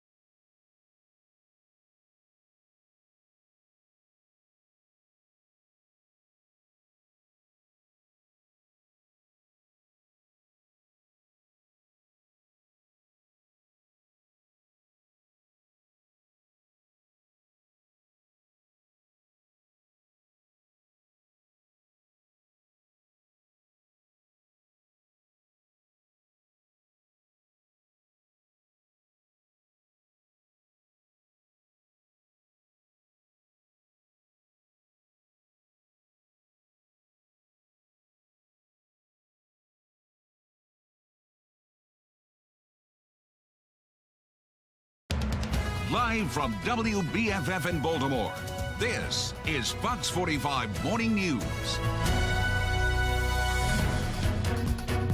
The Orioles are waking up on top this morning as they take the Game 1 win over the Nationals. Last night in D.C., it was a tight game after a constant back and forth, but the O's come out on top 1-0. Tonight, they're back live in the nation's capital for their final game against the Washington Nationals. Just takes one to win it. That's all we need. And so go O's and wear orange Wednesday on this April 19th. I'm Patrice Sanders. I'm Tom Rogers. We want to find out if it's still going to be baseball weather or really, I mean, it's kind of almost football weather feels this morning, right? Feels like it, right? Yeah, you saw the Austin Hayes RBI single, the only run of the game, but Dean Kramer coming out strong. 6 strikeouts, 6 2/3 scoreless innings, and a shutout for the O's. So how about that? That was the best pitching performance we've seen for the year. So they're back at it again tonight, and it will be a nice evening for baseball in the Capitol. Right now it is chilly, but the orange glow of the sun is up right now on your Orioles Orange Wednesday. They're back in town coming up on Friday when we're going to talk about some summer-like conditions. We're seeing those temperatures mainly in the low to mid and upper 30s right now. So definitely grab a jacket and make sure the kids are bundled up as you get them out to the bus stop. Mr. Mo says we're good to go. Next couple of hours, 30s and 40s as you're out for your morning drive. We'll top out at 75 today. How about 10 degrees warmer tomorrow with 85, and could see our first 90-degree day coming up on Friday. That will feel a lot more like summer. We're back with your full forecast coming up in a few minutes from right now. Tom. 631 is taking a look right now at the Lynn Solar Traffic Network and multiple accidents. This one, an ambulance appears to have just pulled up on the scene here where there's multiple vehicles there. The camera's a little fuzzy here, but you can see all the emergency lights and flashing lights. It looks like there's also some type of vehicle in the right in the median there, and it looks like it could be a semi-truck, but we're told that there's one accident there causing major delays northbound. Also, another accident southbound, one vehicle involved there. So this is right happening in Clayton on 95, both sides impacted by this, so expect some delays if you're traveling on 95 just north east of the city. Jalen has gotten caught up with the wrong people out there older than him, doing things that they made him do. The grandmother of Jalen Richards is speaking out after her 12-year-old grandson was gunned down in South Baltimore over the weekend. In our last half hour, we actually heard from Jalen's grandmother as she was explaining why she wanted to share all of the details, even the negative ones, about her grandson. Shannon Lilly has been following this story and is joining us with those details. Shannon. And the grandmother, Patrice, says she wants to share those details, even though they're not all flattering about her grandson. And it really comes down to her wanting to do that to call attention to something that she believes is happening across the city and wanting to warn families before more young lives are lost. Remember, Jalen was just in the 6th grade here at the Westport Academy, but his grandmother, Anitra Jones, alleges that he was involved in criminal activity, doing things like carjackings. She says that he was involved in the wrong crowd, and she believes that they were using him and taking advantage of him, something that she also believes is happening across the city. It's a trend, she thinks, these older kids or older adults using younger kids to commit crimes. I want these older people to be accountable for what they're doing to these young children out here today and taking advantage of them. And guess how many more out here are going to be like Jalen? Because of older, ignorancy, adults that's using kids for their stupidity. Well, Jones is now demanding accountability also from city leaders, and she's questioning where these juveniles are getting the guns in the first place. And we spoke to her not long after she was coming home making funeral arrangements for her grandson. Reporting live in South Baltimore, I'm Shannon Lilly, Fox 45 Morning News. Thank you, Shannon. Elsewhere in the city in crisis, an uptick in violence is raising concerns about popular areas in Baltimore. This week, we've already seen a woman stabbed to death and now a man in critical condition after being slashed in the throat. Olivia Dance is joining us live right now with the latest details in these incidents and how the ongoing crime is impacting the city. Olivia? Well, this most recent incident is still under investigation, but the man was slashed in the throat on West Saratoga Street, which is just blocks away here from the Lexington Market. As far as the woman, she was cut early on Tuesday in South Baltimore, and she unfortunately died. But the stabbing near Lexington Market is alarming, as the market was recently renovated and reopened as part of an effort to revitalize this area. Revitalization efforts have been seen across the city, with the new and improved CFG Bank Arena opening a couple weeks ago, and last year the top golf opening in an area that Mayor Scott hopes will become an entertainment district. Before the opening, Fox 45 News spoke with an economist worried crime would steer people away from all the new developments. To really have the most number of people be in the arena, and therefore generate the most economic impact and most tax-based effects for the city of Baltimore, public safety, right? There's too much anxiety among many people in terms of coming to the city, including downtown. If we can address that anxiety by improving the public safety outcomes, this city will be on the march forward once again. And now some may be wondering if all the revitalization is actually worth it, or if crime will continue to negatively impact this city. For now, reporting live in Baltimore, I'm Olivia Dance, Fox 45 Morning News. We're taking you live now to the roads this morning, where Governor Wes Moore and members of the Department of Transportation are pushing new highway safety efforts. And state leaders stood in front of construction equipment and trucks that have been damaged in work zone accidents to demonstrate the dangers. Between 2017 and 2021, there were more than 7,500 crashes in work zones, resulting in 46 deaths and more than 3,000 injuries. State leaders also highlighting the tragic Beltway crash last month that killed 6 workers, while urging everyone to be safe on the road. Homeowners in Fells Point, they're approaching their breaking point. Why the fuss is all over construction of a new gas line actually started months ago. Plus, the clock is ticking. The Supreme Court has just over 17 hours now left to make a decision on access to an abortion pill. Up next from our live center, where things stand right now. And today we have a warmer day ahead. It's still breezy, temperatures in the low to mid 70s. Meteorologist Justin Chambers is taking a look at when the next weather maker will move into the region. 6:37, you're watching Fox 45 Morning News, all local, all morning. Weather Window, presented by the National Weather Desk. Downtown Salt Lake City gets a dose of thunderstorms instead of the seemingly incessant snow the region received during the winter. How I have missed thunderstorms. Meteorologist Lindsay Storrs welcomed the Tuesday appearance. The area also hit with another type of noise, the ping-pong sounds of hail. Listen to Off the Radar. New episodes every Tuesday. Find it wherever you get your podcasts.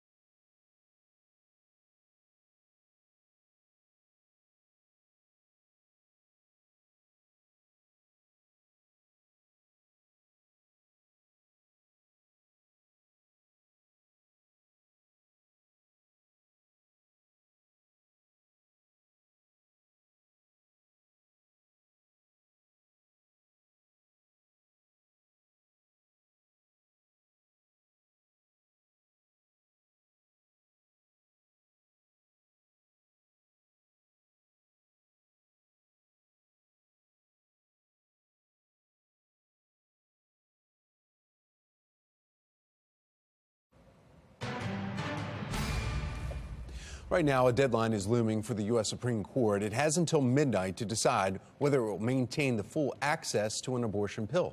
Megan Gillen is at our live center with where things stand. Megan? Yeah, guys, taking you to our nation's capital this morning, where a decision on mifepristone hangs in the balance right now. It's one of two commonly used abortion pills used in more than half of all abortions in the country. A Texas judge recently overturned the FDA's approval of the drug. Part of his ruling was blocked by a federal appeals court, but not all of it. Last Friday, then, the Supreme Court put a pause on the case, giving it time to review both sides, come up with a decision. Again, it has until midnight to release a decision, just about 17 hours. A group of doctors who oppose abortion are urging the justices to uphold the Texas judge's ruling, which would see mifepristone taken off the market. But regardless of what happens today, whatever decision is made, it is not likely to be final, as there's still an appeals process that's playing out. We'll keep you posted. That's the latest from our live center. COVID origins. We're speaking to experts and breaking down two theories outlined in a just released Senate report.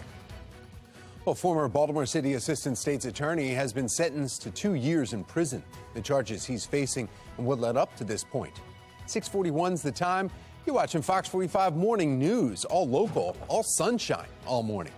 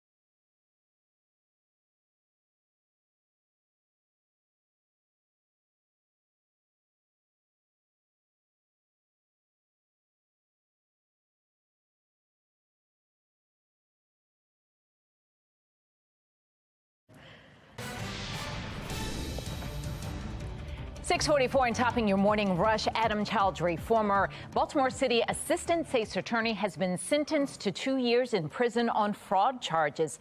Officials say he used his powers to subpoena phone records of the women he had dated, but said that it was for a legitimate law enforcement reason. Prosecutors say he lied. Former NFL defensive end Chris Smith dies at just 31 years old. Smith was drafted in 2014, played 8 seasons, and was with the Ravens briefly before the 2021 season. No cause of death has been announced. This morning, we are hearing from the grandmother of Jalen Richards, The 12-year-old boy who was shot and killed in South Baltimore over the weekend. Shannon Lilly is joining us live from outside Westport Academy Elementary Middle School with what we are learning about Jalen. Shannon?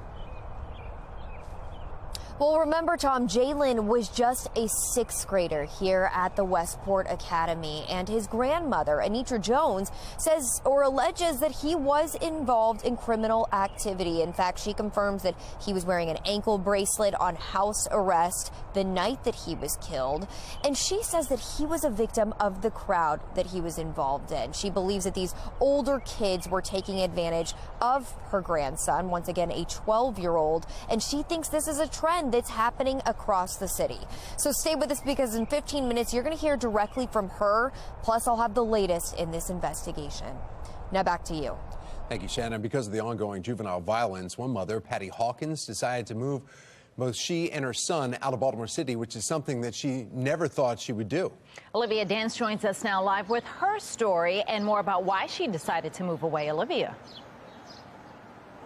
Well, Hawkins says that she loves Baltimore, but she decided to move her family to Hagerstown to escape the crime and to help her son succeed. She said her son was getting jumped, and eventually one day he brought a gun to school. She says kids are now being targeted by adults running gangs in the city, especially after laws changed last year protecting children from certain crimes. And even though Hawkins never wanted to leave Baltimore, she sees now that it was the right decision. But coming up in about 15 minutes, we're pressing lawmakers on what they're doing to try and stop youth violence. Back to you. All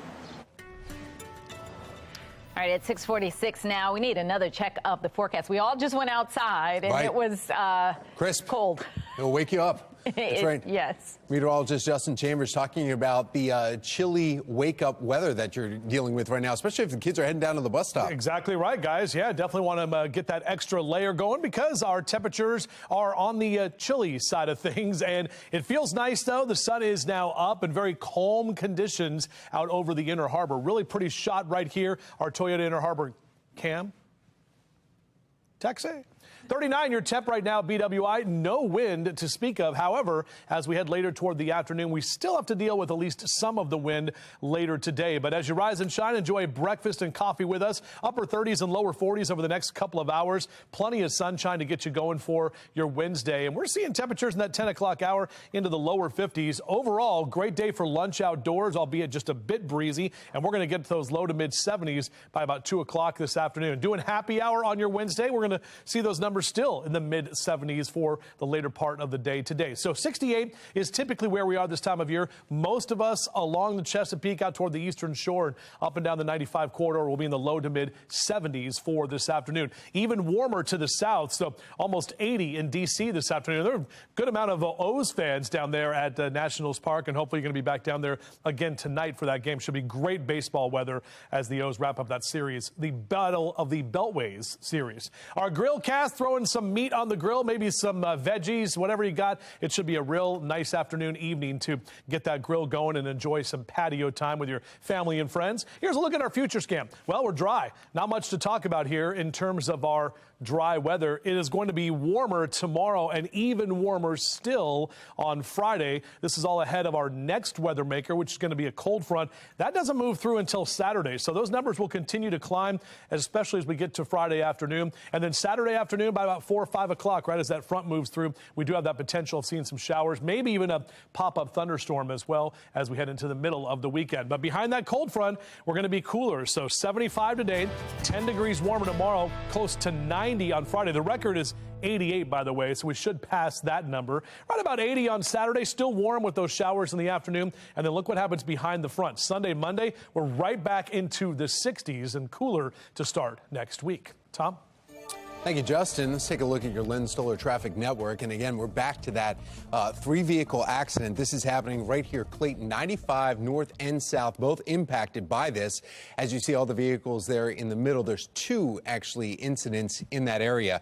You can see the backup here also going through that construction zone. Not sure if the construction zone played a role in this or where exactly that accident is happening. It looks like the median there. And so it's the other camera angle that we were showing you was really fuzzy. We're waiting to find out some more information about this. We'll pass along. But either way, you have a delay north and south, just northeast of the city. Our eyes have been glued on Jeopardy all week as we've been cheering on a man right here from Baltimore. Unfortunately, the party for Daniel Sharaki came to an end last night. He went into Double Jeopardy with more than double the other two contestants, but then he fell to second place heading into Final Jeopardy. And in Final Jeopardy, he got the final answer correct. Of course he did. But so did everybody else. So he lost by just $99. That stings. On Monday, Daniel was here and talking to us on the morning show, describing his Jeopardy experience as a dream. You can check out that full interview on foxbaltimore.com, but it was a lot of fun to meet him and talk to him, and it was fun watching him. It sure was, yeah. I mean, he's a Jeopardy champion. Yeah. You can never take that away from him at all. Exactly. That's really cool. So. And he had good personality. You know, sometimes they bring those guys back at the end for tournaments. And he would not say what he won at all. He would not disclose that when he was here Monday. But I did follow him out to see what kind of car he was driving. Make sure, see if he was like, you know, like all of a sudden he's got a brand new car. It was not a new car. I'll just say that. Well, you know, you got to go on Wheel of Fortune if you want to get the new cars and the big money. I was telling Tom earlier, I said, I think I jinxed him. I always feel like that when I'm watching the Ravens and stuff. Like if I'm watching, I jinx him because I forgot to turn it on. I turned it on a few minutes in and he was winning. And as soon as I turned it on, he bet $2,000 on a daily double or something and went down. Oh, no. And then the other lady just kept going up and up from there. I was like, oh, Daniel, I'm sorry. He still won more than 16 grand. I mean, that's He pretty did. good. And almost came back in the Final Jeopardy. Awesome. That's awesome. Good job, Daniel. That was awesome, yeah. Well, despite how the temperatures feel, spring, it's here. Still to come this morning, protecting yourself from getting scammed out of making your home into your dream home. This has been big news. A lot of discussion in the newsroom about this. Whoa, what? See, there we go. We're burning up this morning because Justin came back for that. The Jonas Brothers. Are you all right? They're making a surprise. You need to come back out to us at the desk. They're making a surprise stop in Baltimore. If you could see the surprise on Justin's face, we're going to tell you how you can get tickets for the boy band that's been making a comeback. Well, He's like a happy. Yeah, no, he's so excited. He doesn't need anything for the next one. No, he doesn't need coffee. I don't need coffee. No. Wow. For everybody But for else, all the rest of he's gonna us. have a coffee break. Apparently, he's going to go buy some tickets for the Jonas. I had no actually idea. Went and came back. I know. But that's how it was in the newsroom. People were just about this. I'm trying to think of one song there. Yeah.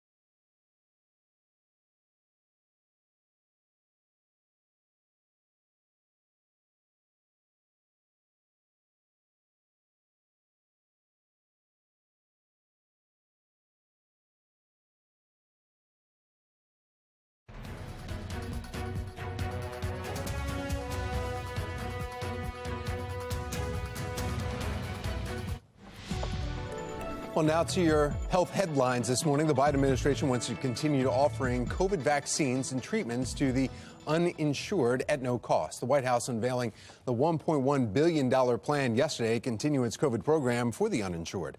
The two-part initiative would use pharmacies, local health departments, and federally supported health centers to deliver the care. The Biden administration health officials say that the program would run through December 2024.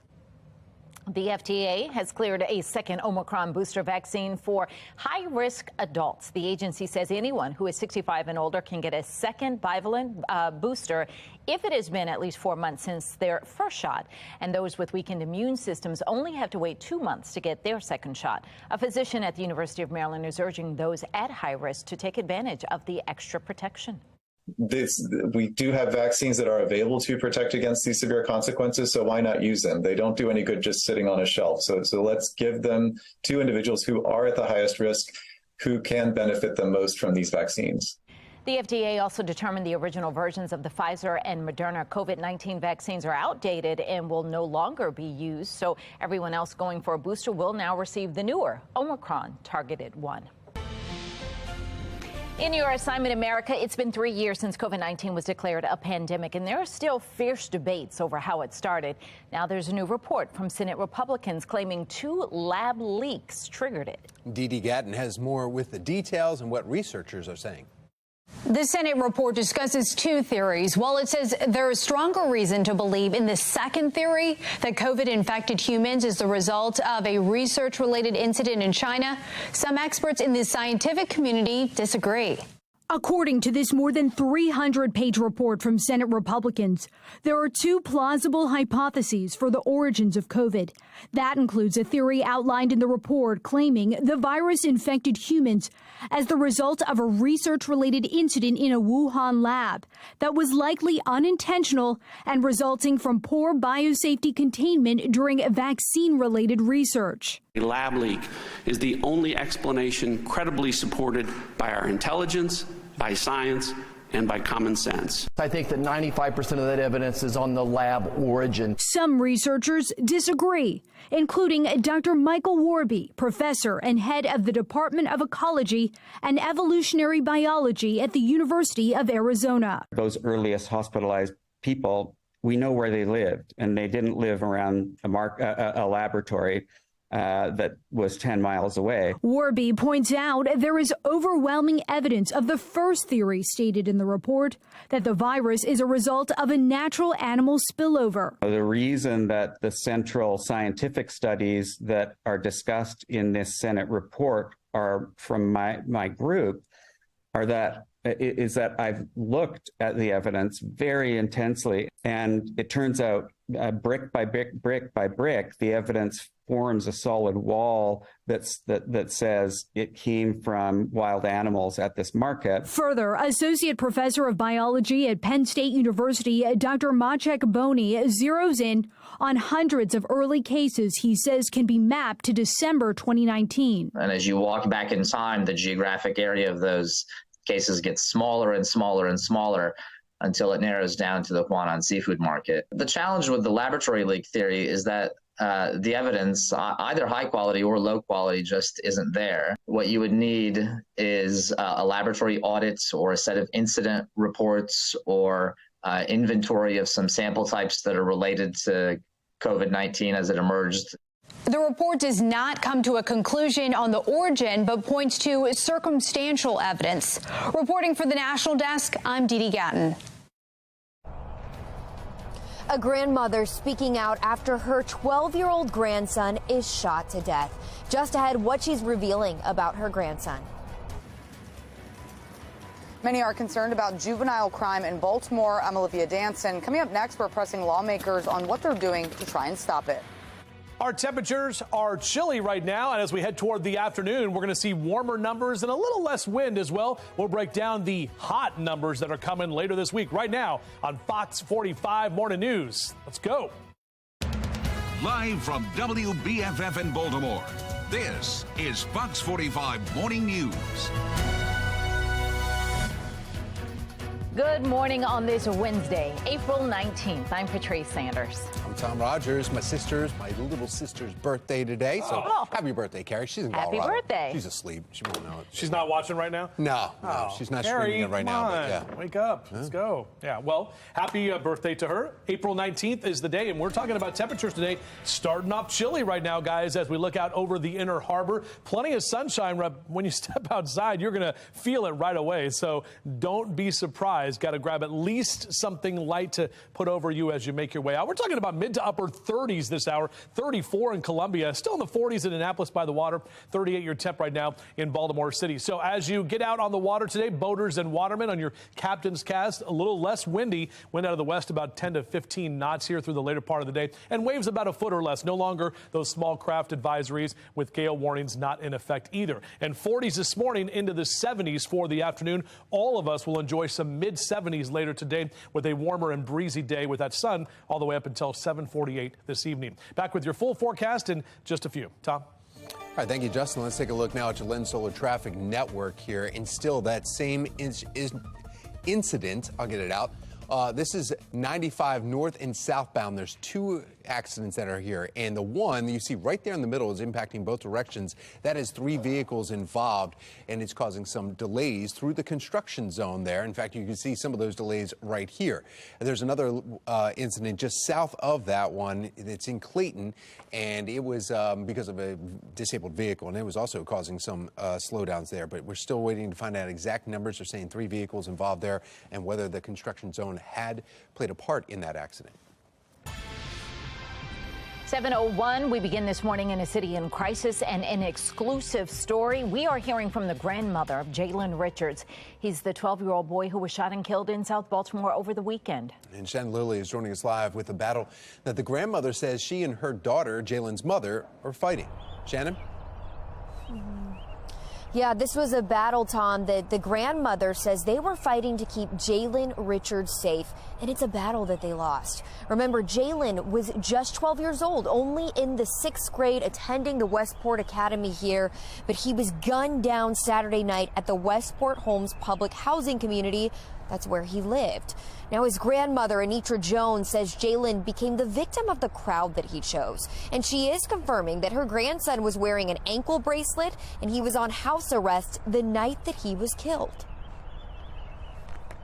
He was doing things that a child his age shouldn't. Carjacking. They had him carjacking. These older children, Jalen don't know how to drive. He was just hanging along for the ride that got my grandson killed. These older kids out here that he was dealing with got my grandson killed. They took advantage of him. They still here. They still here. They can hug their grandma. They can hug their mother. I would never, ever be able to touch him again and tell him how much I love him. And it's heartbreaking. Certainly heartbreaking. And coming up in the next half hour, Tom and Patrice, we asked Jones why she wanted to share all of these details about her grandson, even though some of them don't paint him necessarily in the most flattering light. Shannon, are investigators releasing any more details about the shooting? So there are still a lot of unanswered questions, Patrice, about the shooting. Remember, we do know this all happened around 9 o'clock Saturday night, and it happened along Maisel Court. And Police Commissioner Michael Harrison says they recovered what appears to be shell casings from an assault rifle there on the scene. On top of that, investigators say that Jalen was hit several times with bullets while he was running away. And this morning, that gunman is still at large. Reporting live in South Baltimore, I'm Shannon Lilly, Fox 45 Morning News. Thank you, Shannon. Well, last year, a South Baltimore father came to Fox 45 News with a desperate plea. He told us that his 14-year-old son is involved in a life of crime, and despite run-ins with law enforcement, there's no accountability. You started breaking into cars to steal cigarettes and change. Then you're stealing cars and running from the police. I got the call from Prince Frederick County and Calvert County telling me that they had him in custody, and they told me what that happened and stuff. And I said, you know what? Let him stay there until his court date. He needs to learn. Let him stay there. No, sir. You have 6 hours to get here to get him. or we'll be coming to get you for neglect and abandonment issues. Now, he said his son has gone on carjacking sprees from Baltimore to D.C. He told us his name was Santiago, and he told us he even tried to turn his son into police. The teen was only given a citation. I want my son to get some help. I mean, if it's jail, that's what it's going to take, then jail. What I think my son he needs some mental help. This isn't even about my son. This is about Baltimore City's kids. This is about all juvenile delinquents. He's not going to be alive. Well, elsewhere in a city in crisis, one mother took concerns about juvenile crime into her own hands. Patty Hawkins says she decided to move both she and her son out of Baltimore City because of the crime. Olivia Dance joins us now live with her story and how lawmakers are responding to concerns about youth involved in crime. Olivia. Well, Hawkins says that she loves Baltimore and never thought she would have to leave, but she decided to move her family away to escape all the crime and to help her son succeed. My son wasn't playing with them. He's tired of coming home from school, getting jumped at by a doorman. I feel like they're prey to these predators, these drug dealers that are hanging out around the schools. Easier to have children sell drugs for you than you to get a charge yourself to sell drugs. Hawkins says things escalated, and one day she found out her son brought a gun to school. She decided to pull her son out of Baltimore City, moving 70 miles away to Hagerstown. She says kids are now being targeted by adults running gangs and circles in the city, especially after laws changed last year protecting children from certain charges. So Fox 45 News sent questions to the entire Baltimore City delegation, asking, do you believe it's appropriate not to charge kids under a certain age with crimes? Is there a policy that can be crafted to hold parents accountable for not taking care of their children? And finally, what do you say to this mother who says kids in Baltimore City are not safe because of what's going on with drugs and violent crime? No one answered those questions. We also sent similar questions to the city council members, but again, no responses. Hawkins also puts some of the blame on parents and says unless they change, she doesn't see youth violence getting any better. Tom and Patrice, back to you. So, Olivia, a question for you. Now that Hawkins has moved away from this city, what is she saying about that decision? Is she happy with it? She thinks it was the right choice? Yeah, so Patrice, she loves Baltimore. She never actually wanted to leave this city, but she sees now that it was the right decision. And she also tells us that her son is doing much better now. For now, reporting live in Baltimore, I'm Olivia Dance, Fox 45 Morning News. Thank you, Olivia. And we want you to join in on this conversation. Do you believe crime has gotten worse or better since Mayor Scott took office? So far, 99% of those who have voted say worse. If you'd like to make your voice heard, you can head over to foxbaltimore.com/vote.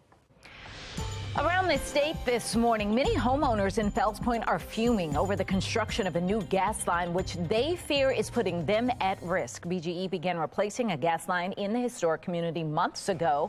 Well, now neighbors are complaining about the danger of new gas regulators being installed outside their homes.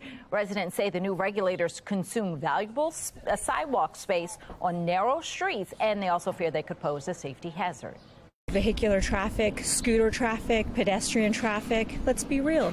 Things can get vandalized and they can get hit. We are somewhat dumbfounded at the lack of equity and sharing of true, real information and possible solutions.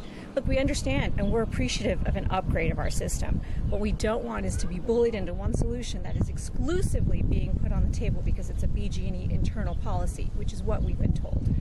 BGE has not commented on the situation. The Fells Point Residents Association is fighting to relocate the regulators.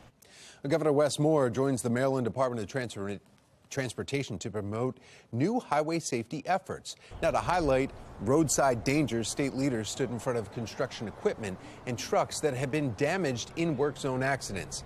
Between 2017 and 2021, there were more than 7,500 crashes in work zones, resulting in 46 deaths. In fact, just this past month, 6 workers were killed in a construction zone crash along the Baltimore Beltway. Sadly, there were 11 work zone fatalities last year. And already this year, we lost 6 people in a work zone along the Baltimore Beltway. This must stop. We're literally people who are building the future of our state with their hands are in fear of wondering whether or not they're going to make it home that night. To every single Marylander, I say this: slow down. new highway safety group will look into potential improvements to work zone policies. Charges are still possible in the Baltimore Beltway fatalities. 7:10 now. This morning, the 21-year-old Air National Guardsman accused of leaking highly classified top secret military information online is set to appear in a Boston courtroom. Megan Gillen is at our live center now with the new demands for accountability. Megan? That's right. Taking you live now to Boston here, guys, where Jack Teixeira will be appearing in federal court today for a detention hearing. And this is to determine if he's going to remain behind bars until his trial begins. The low-level guardsman stands accused of sharing top secret documents, including Ukrainian war plans, on a social media site geared towards gamers. It's called Discord. He is being charged with 2 crimes, guys, under the Espionage Act. One, unauthorized retention. The other, transmission of classified national defense information. At this point, there is still no motive revealed for why he might have done this. We do know the Pentagon this morning is in damage control mode, trying to ease fears from our allies over this U.S. intelligence that has now been revealed for the world to see. This morning, we are getting word Defense Secretary Lloyd Austin is now ordering a 45-day review of the Pentagon's document security practices. We're told reviewers will suggest policy changes to Austin, which may include scaling back who's given clearance to view sensitive intelligence. Lawmakers also calling for government leaders to be held accountable. That's the latest from our live center. Patrice? Here's a look at the stories making headlines this hour. The city works to bring tourists back to the area, but one issue remains: crime. The latest violence happening near a recently revitalized area of the city. Well, a $90 million discrepancy in education funding in Harford County. Why Harford County taxpayers are trying to figure out just how much money the Board of Education is actually receiving. 7:12 is the time. You're watching Fox 45 Morning News, all local, all morning.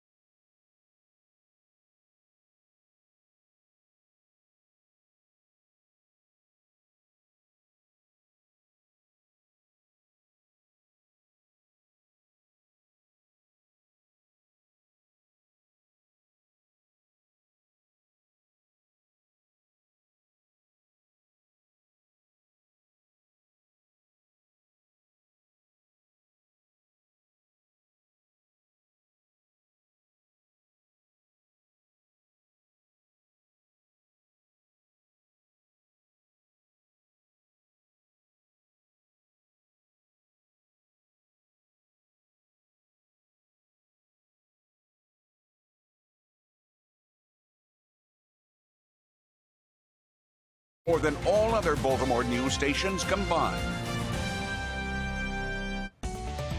7:16, it's spring cleaning time. But before you tackle that home improvement project that you've been waiting for all winter, there are a few new scams to be aware of when you're hiring a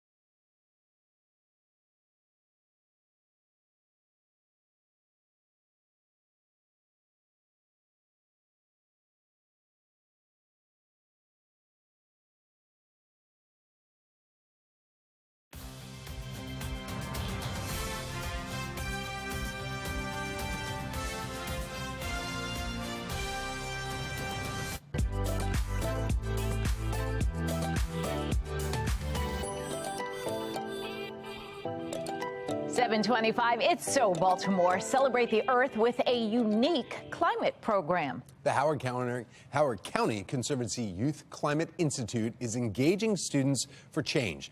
Now, Be More Lifestyle host Mark Clark is live this morning, and he's learning a whole lot more. And it looks like you're near some type of shed or barn.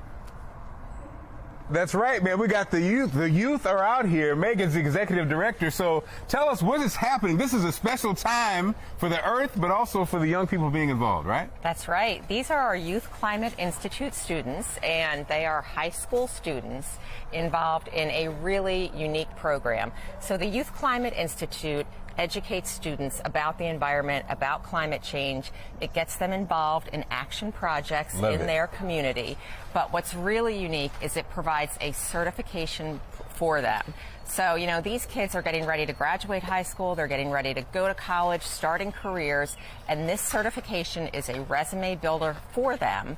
But it also comes at a really pivotal time when they are super engaged with the environment, with climate, with the future of this planet. Love it. And it's growing across the state. We now are in 3 counties in the state, and we expect even more growth in the fall. And really anyone can start a Youth Climate Institute chapter, and we'd love to hear from folks that are interested. See, we can sleep, we can rest at night knowing our future's in good hands. These young people will be certified. And Tom, look, man, you know, we can, you know, now look, now the activity they're doing right now, they're just doing that for television. They're actually going to plant those trees later on. But, you know, it's great to have the young people involved for the future of our planet. Kind of one of those questions, what should we do? I don't know, move these trees over there. Okay. Gotcha. As long as they stick to the ground at some point, that's the important part. That's awesome. All right, thank you, Mark. If you want more information, we're going to go back out and check in with them throughout the morning, but you can also go to foxbaltimore.com/newslinks. Well, it is going to be a breezy afternoon with temperatures in the low to mid 70s. That will feel warm compared to now. Right, it's not there now. Meteorologist Justin Chambers letting us know when we'll see the temperatures actually hit the 80s. 7:27 is the time.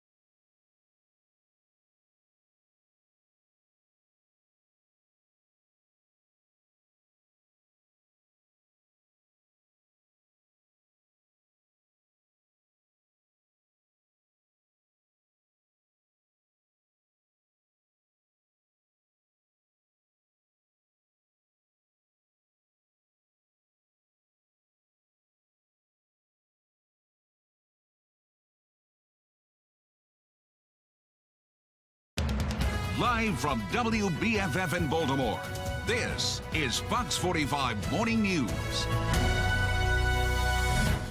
Well, the Orioles are waking up winners again this morning as they took game one over a two-game series over the Nationals. Last night in D.C. was a tough game, too, because after constant back and forth, battling it out, and the bats were swinging, the O's came out on top just 1-0, all thanks to Austin Hayes' RBI single. Tonight, they're back in the nation's capital for the final game against the Nats in the Battle of the Beltways.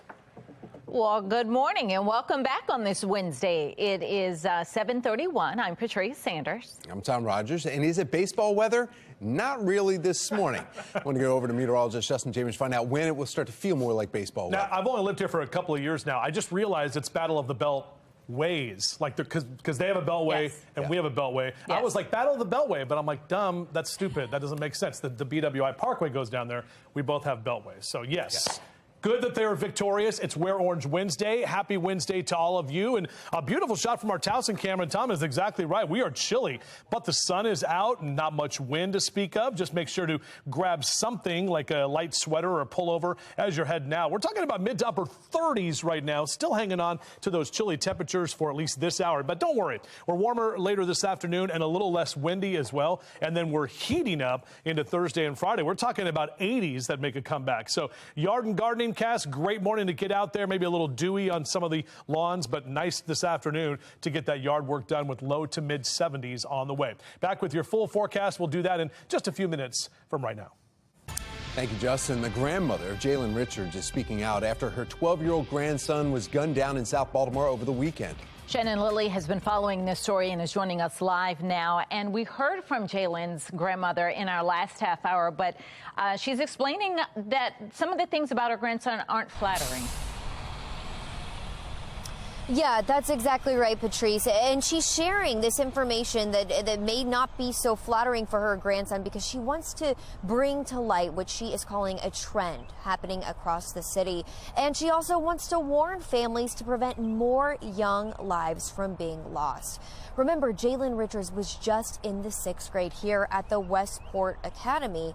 And his grandmother, though, Anitra Jones, alleges that he was involved in some criminal activity, things like carjacking. She says that he was caught up in the wrong group of older kids that were using him and taking advantage of him. And she also believes that this is something that happens often in our city, that these older adults or kids use younger kids to commit crimes. Listen.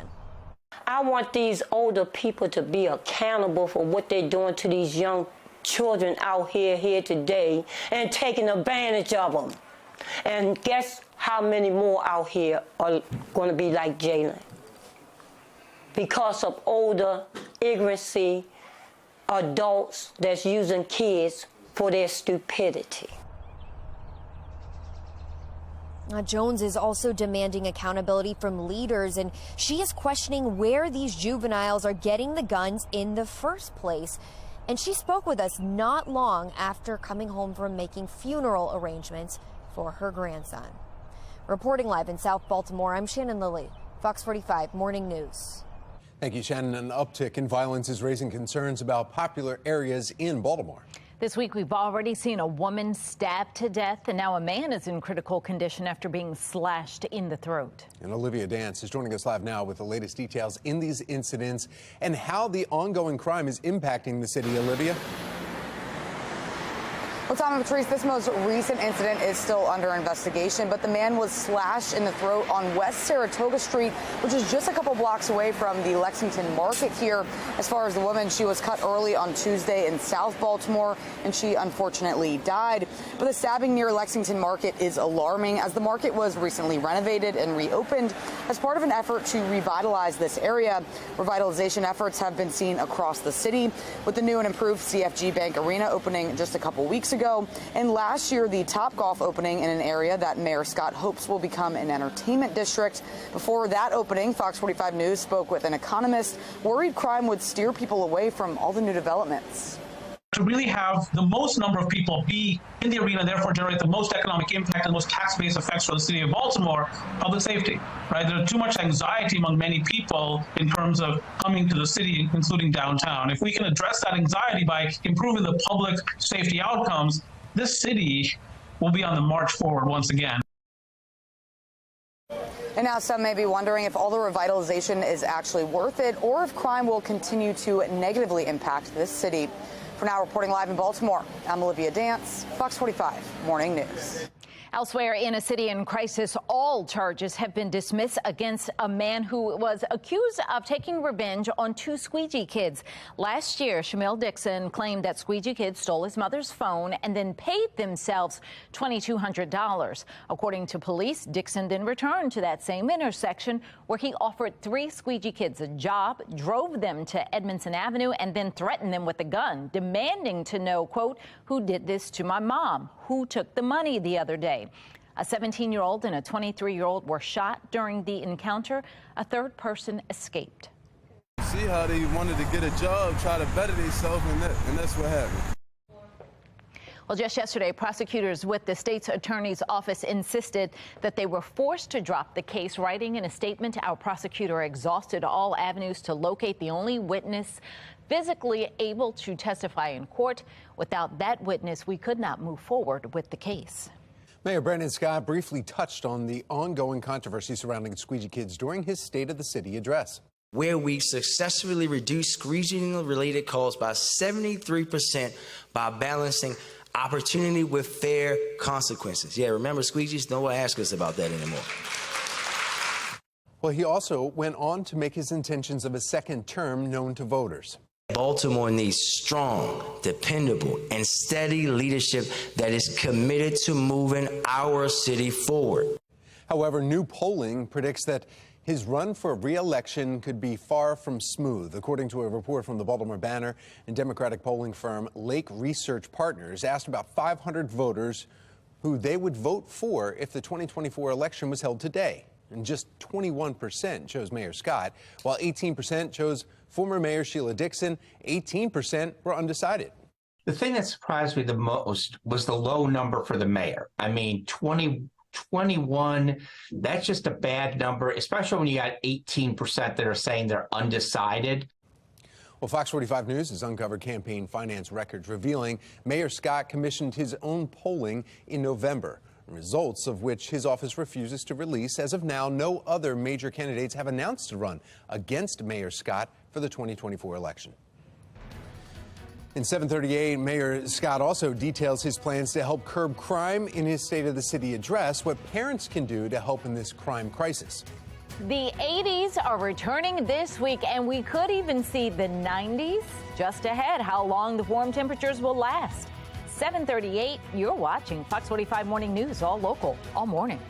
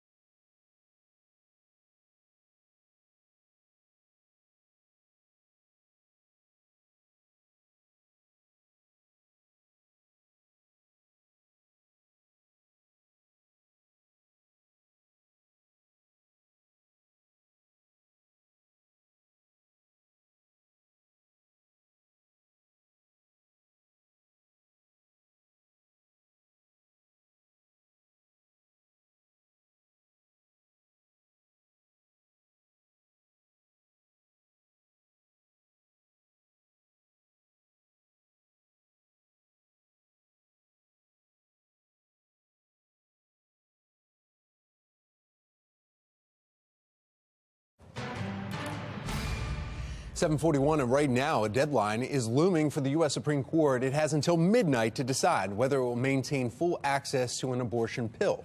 Megan Gillen is at our live center with where things stand. Megan. Guys, we want to take you live to our nation's capital right now, where a decision on mifepristone is hanging in the balance right now. It is one of two commonly used abortion pills used in more than half of all abortions in the country. A Texas judge recently overturned the FDA's approval of this drug. Part of his ruling was blocked by a federal appeals court, but not all of it. Then last Friday, the Supreme Court put a pause on the case, giving it time to review both sides and come up with a decision. Again, it now has until midnight to release a decision. A group of doctors who oppose abortion are urging the justices to uphold the Texas judge's ruling, which would see mifepristone actually taken off the market. But guys, regardless of the decision made today, it is not likely to be final, as there is still an appeals process that is playing out. Another story we want to bring you to, we've been talking about that parking garage collapse in New York City here this morning. A live look now of that situation. This shot just coming in a little bit ago. You can see the destruction out there. We're going to have much more on this throughout the morning. For now, that's the latest from our live center. Tom? Thank you, Megan. A grandmother sharing the story of her 12-year-old grandson who was shot and killed. Just ahead, who she's blaming for the death of her grandson. A mother decides to uproot her family to protect her son from the violence in Baltimore. Just ahead this morning, the questions we're now asking lawmakers. 7:42, you're watching Fox 45 Morning News, all local, all morning.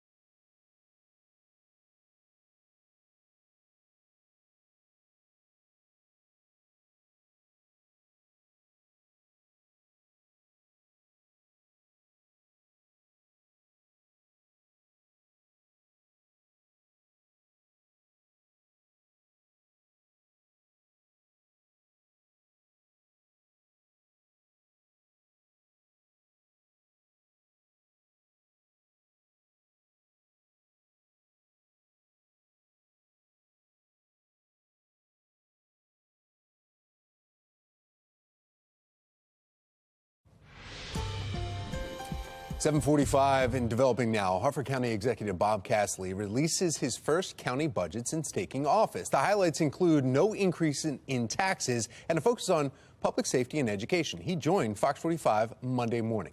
We've fully funded, more than fully funded the state, our educational budget over the last several years, and that's enabled our Board of Education to accumulate a fund balance of over $93 million. And there's way too much money going into the central office where most folks are still working remotely, and not into the classroom where teachers are working every day.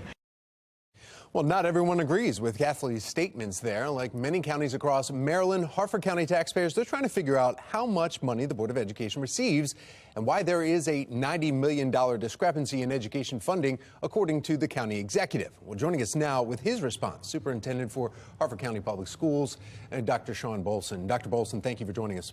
Yep, thank you for having me. Good morning. Sure. You just heard him right there. The executive saying too much money is being used for administration who are remotely working and not enough going to teachers who are right there in front of students. So two things. Remote working. Of the hundreds of people who serve our students centrally, we have about 25 people working remotely full time. That allows us to actually save taxpayer dollars by not needing to get more office space for them. So, I mean, again, smoke screen. But with regard to the central office, we have the least expensive central office in the state of Maryland as education goes. We spend less per pupil on our central office than any other district in this state, and we can share the data that supports that. And the salaries that he's been so concerned about, our leadership, you know, we did a salary study just 3 years ago, and all of those salaries are below market. So again, this is really just a smokescreen. So where's this $90 million figure that he's coming from? He says you have a surplus there, but yet you're asking for more funding above and beyond what has been allocated for the education.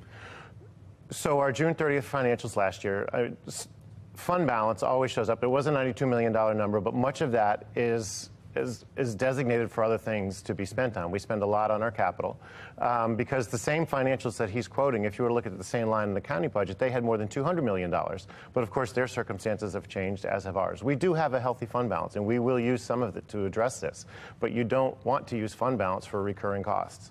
We're hearing, you know, upwards near $700 million, though, we're talking about for Harford County schools. And when people hear that figure, they may be thinking, okay, that seems like a lot. But comparing it with others, as you were saying, it's really not that much. How much is the number? What's the magic number that you want to properly educate Harford County public students?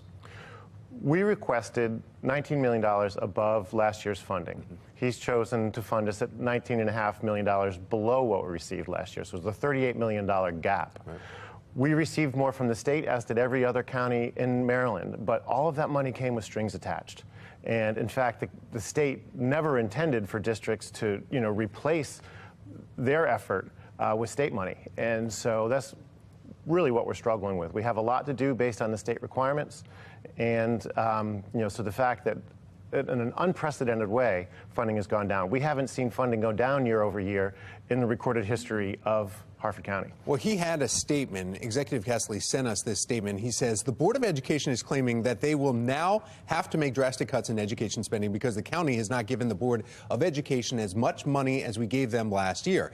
Castley provided this to Fox 45 with this graph right here that you say. He says this graph shows the Board of Education is in fact receiving $20.1 million more this year than last. The board is also sitting on about $90 million in accumulated savings, which they can use to supplement their budget. So there is no reason for the Board of Education to reduce essential educational services. And that was part of what he said to us. He also said taxpayers have to kind of get a little bit tighter on their economy this year and have to worry about their economy. So just like the Board of Education, they also need to work within their means.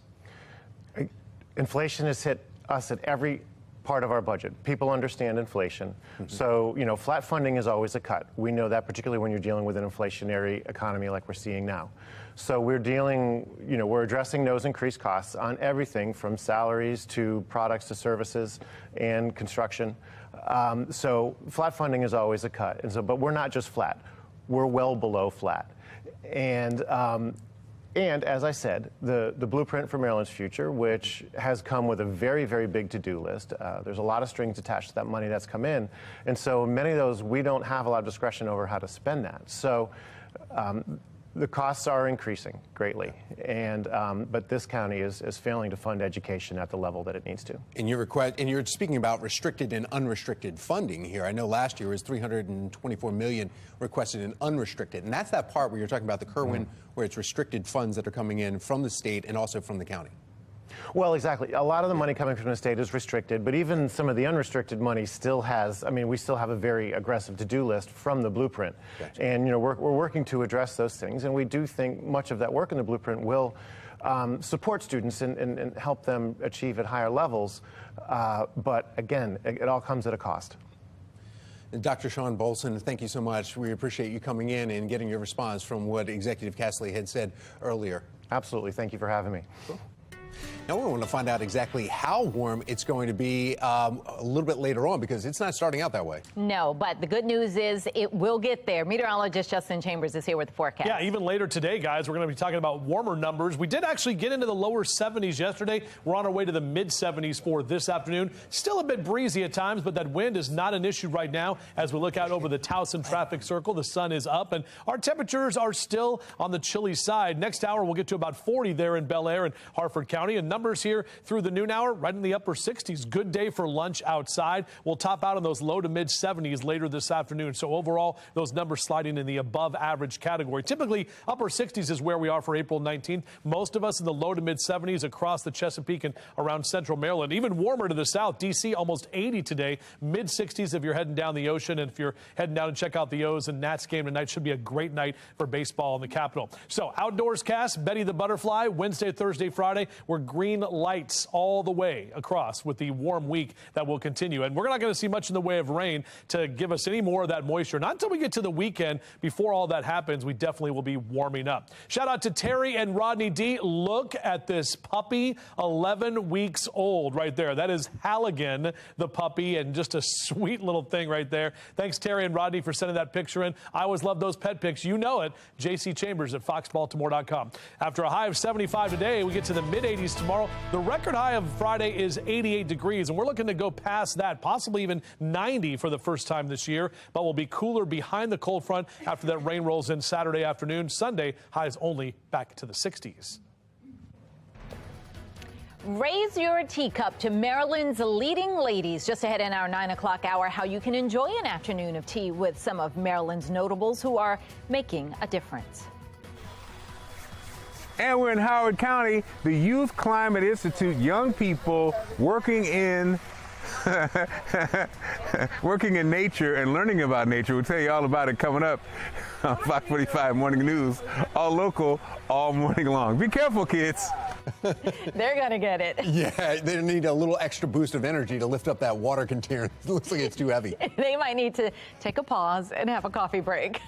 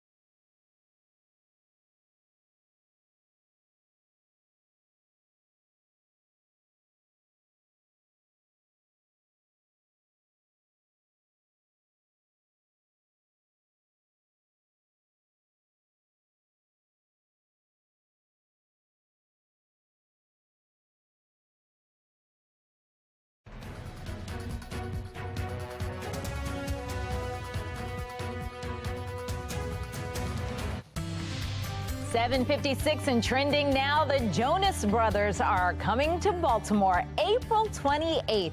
The only way to get tickets is for fans to register for the verified fan ticket sales by 1 p.m. tomorrow. Fans who are selected will then receive a code, and then they'll be able to get tickets starting this Friday.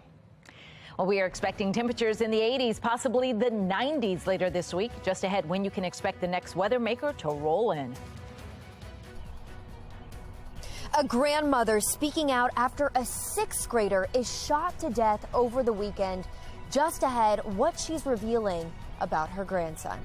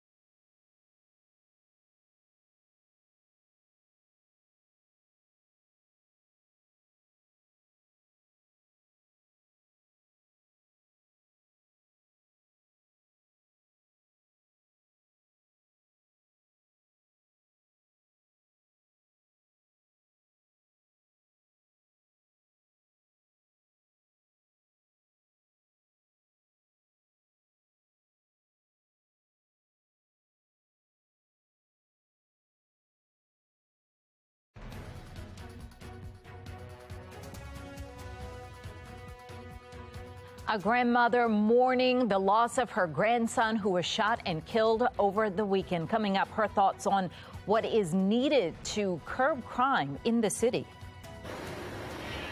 Many are concerned about juvenile crime in Baltimore. I'm Olivia Danson. Coming up next, we're pressing lawmakers on what they're doing to try and stop it. Our temperatures are cool now, but we are going to warm up nicely later this afternoon. We'll break down what we can expect on Fox 45 Morning News. Live from WBFF in Baltimore, this is Fox 45 Morning News.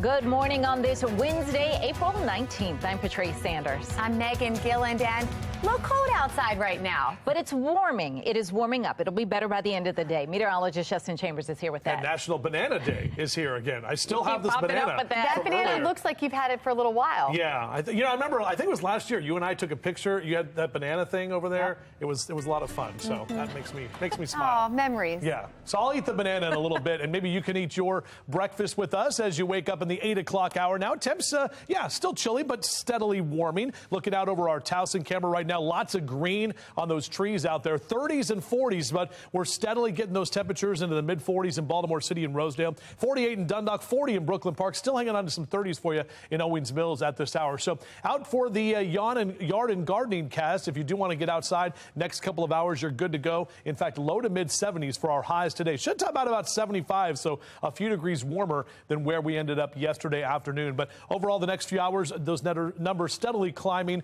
upper 60s through midday today. Back with your full forecast in just a few.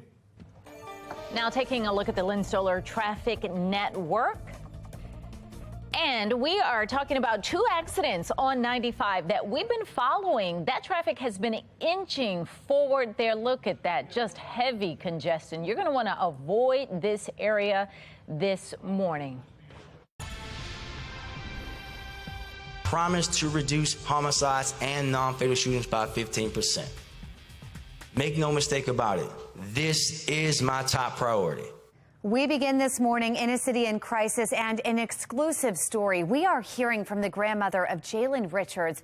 He is the 12-year-old boy who was shot and killed in South Baltimore over the weekend. This morning, we have Shannon Lilly joining us live with the battle. The grandmother says she and her daughter, Jalen's mother, were fighting. Shannon. And Megan, this was a battle that the grandmother says they were trying to keep Jalen Richards safe, and it's a battle that they lost. And remember, Jalen was just 12 years old. He was only in the 6th grade here at the Westport Academy, but he was gunned down just across the way Saturday night at the Westport Homes public housing community where he lived. Now, his grandmother, Anitra Jones, says Jalen became the victim of the crowd that he chose, and she is confirming that her grandson was wearing an ankle bracelet and was on house arrest the night that he was killed. He was doing things that a child his age shouldn't. Carjacking. They had him carjacking. These older children, Jalen don't know how to drive. He was just hanging along for the ride. They got my grandson killed. These older kids out here that he was dealing with got my grandson killed. They took advantage of him. They still here. They still here. They can hug their grandma. They can hug their mother. I would never, ever be able to touch him again and tell him how much I love him. And it's heartbreaking. Just terrible. And coming up in the next half hour, we question Jones about why she decided to reveal all of these details to us, even the ones that don't necessarily paint her grandson in the best light. Shannon, do we know any more about the actual shooting?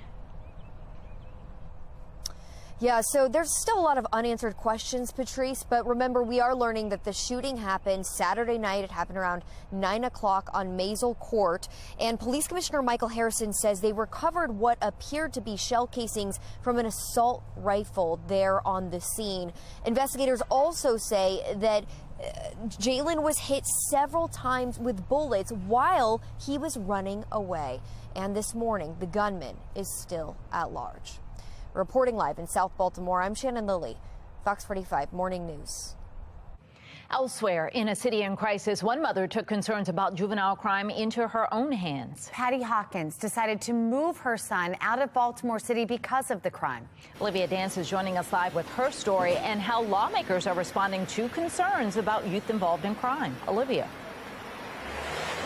Well, Hawkins says she loves Baltimore and never thought she would have to leave, but she decided to move her family away to escape all of the crime and to help her son succeed.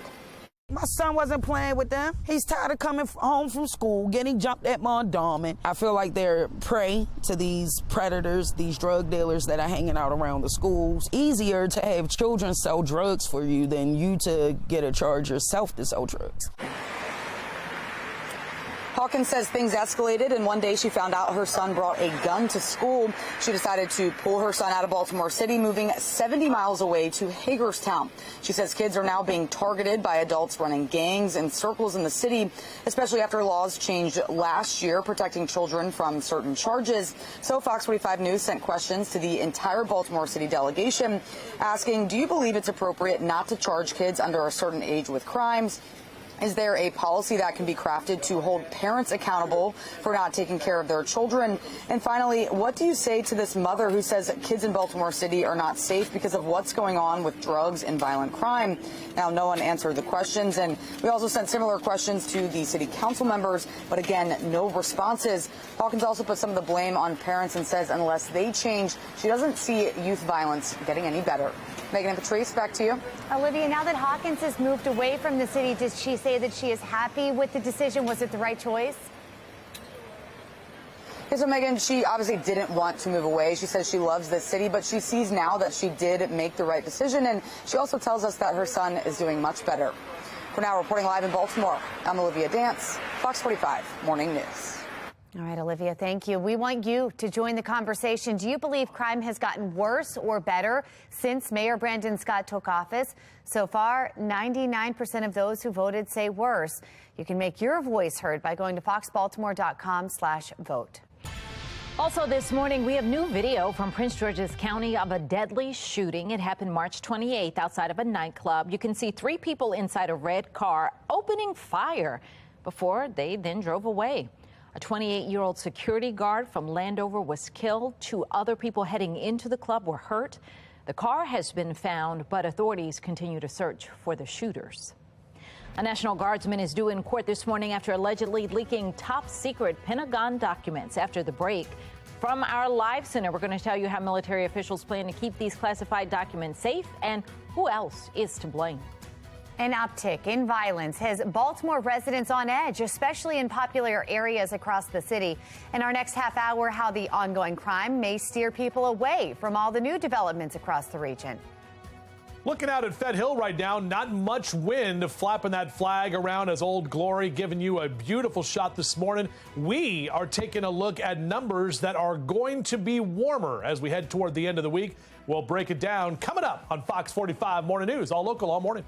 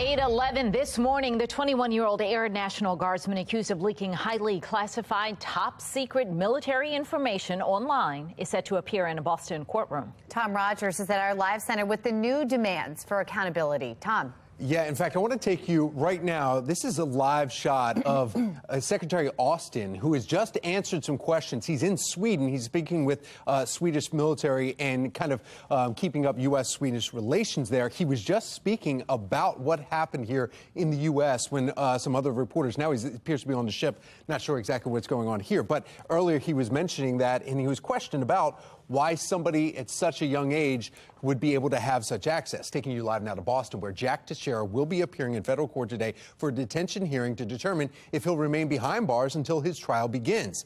Low-level guardsman, you see his picture here, stands accused of sharing top-secret documents, including Ukrainian war plans, on social media site geared toward gamers called Discord.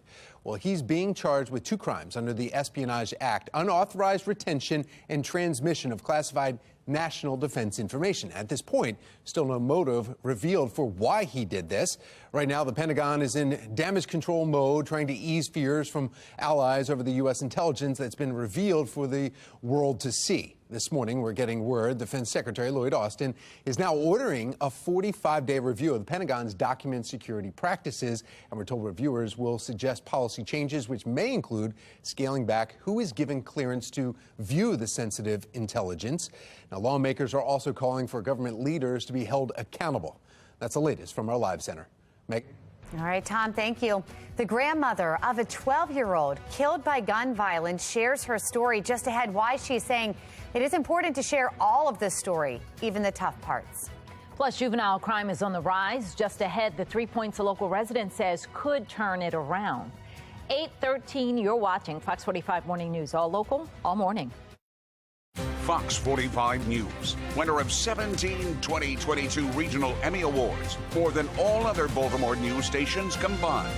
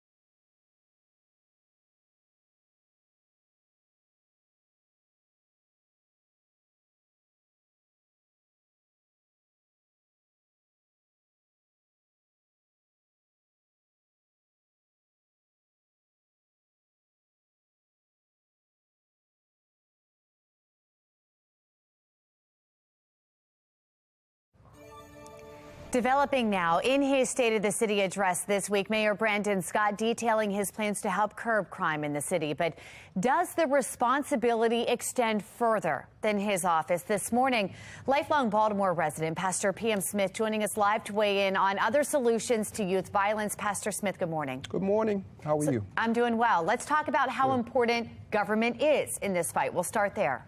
Always, government owes the citizens three things.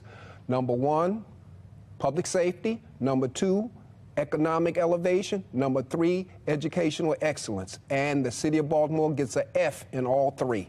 You know, Pastor Smith, this morning we've heard from several family members trying to remove their children from this violence. What role do parents play in all of this? Parents, as you know, as everybody with common sense knows, the experts might not know, but everybody with common sense knows it all starts in the family.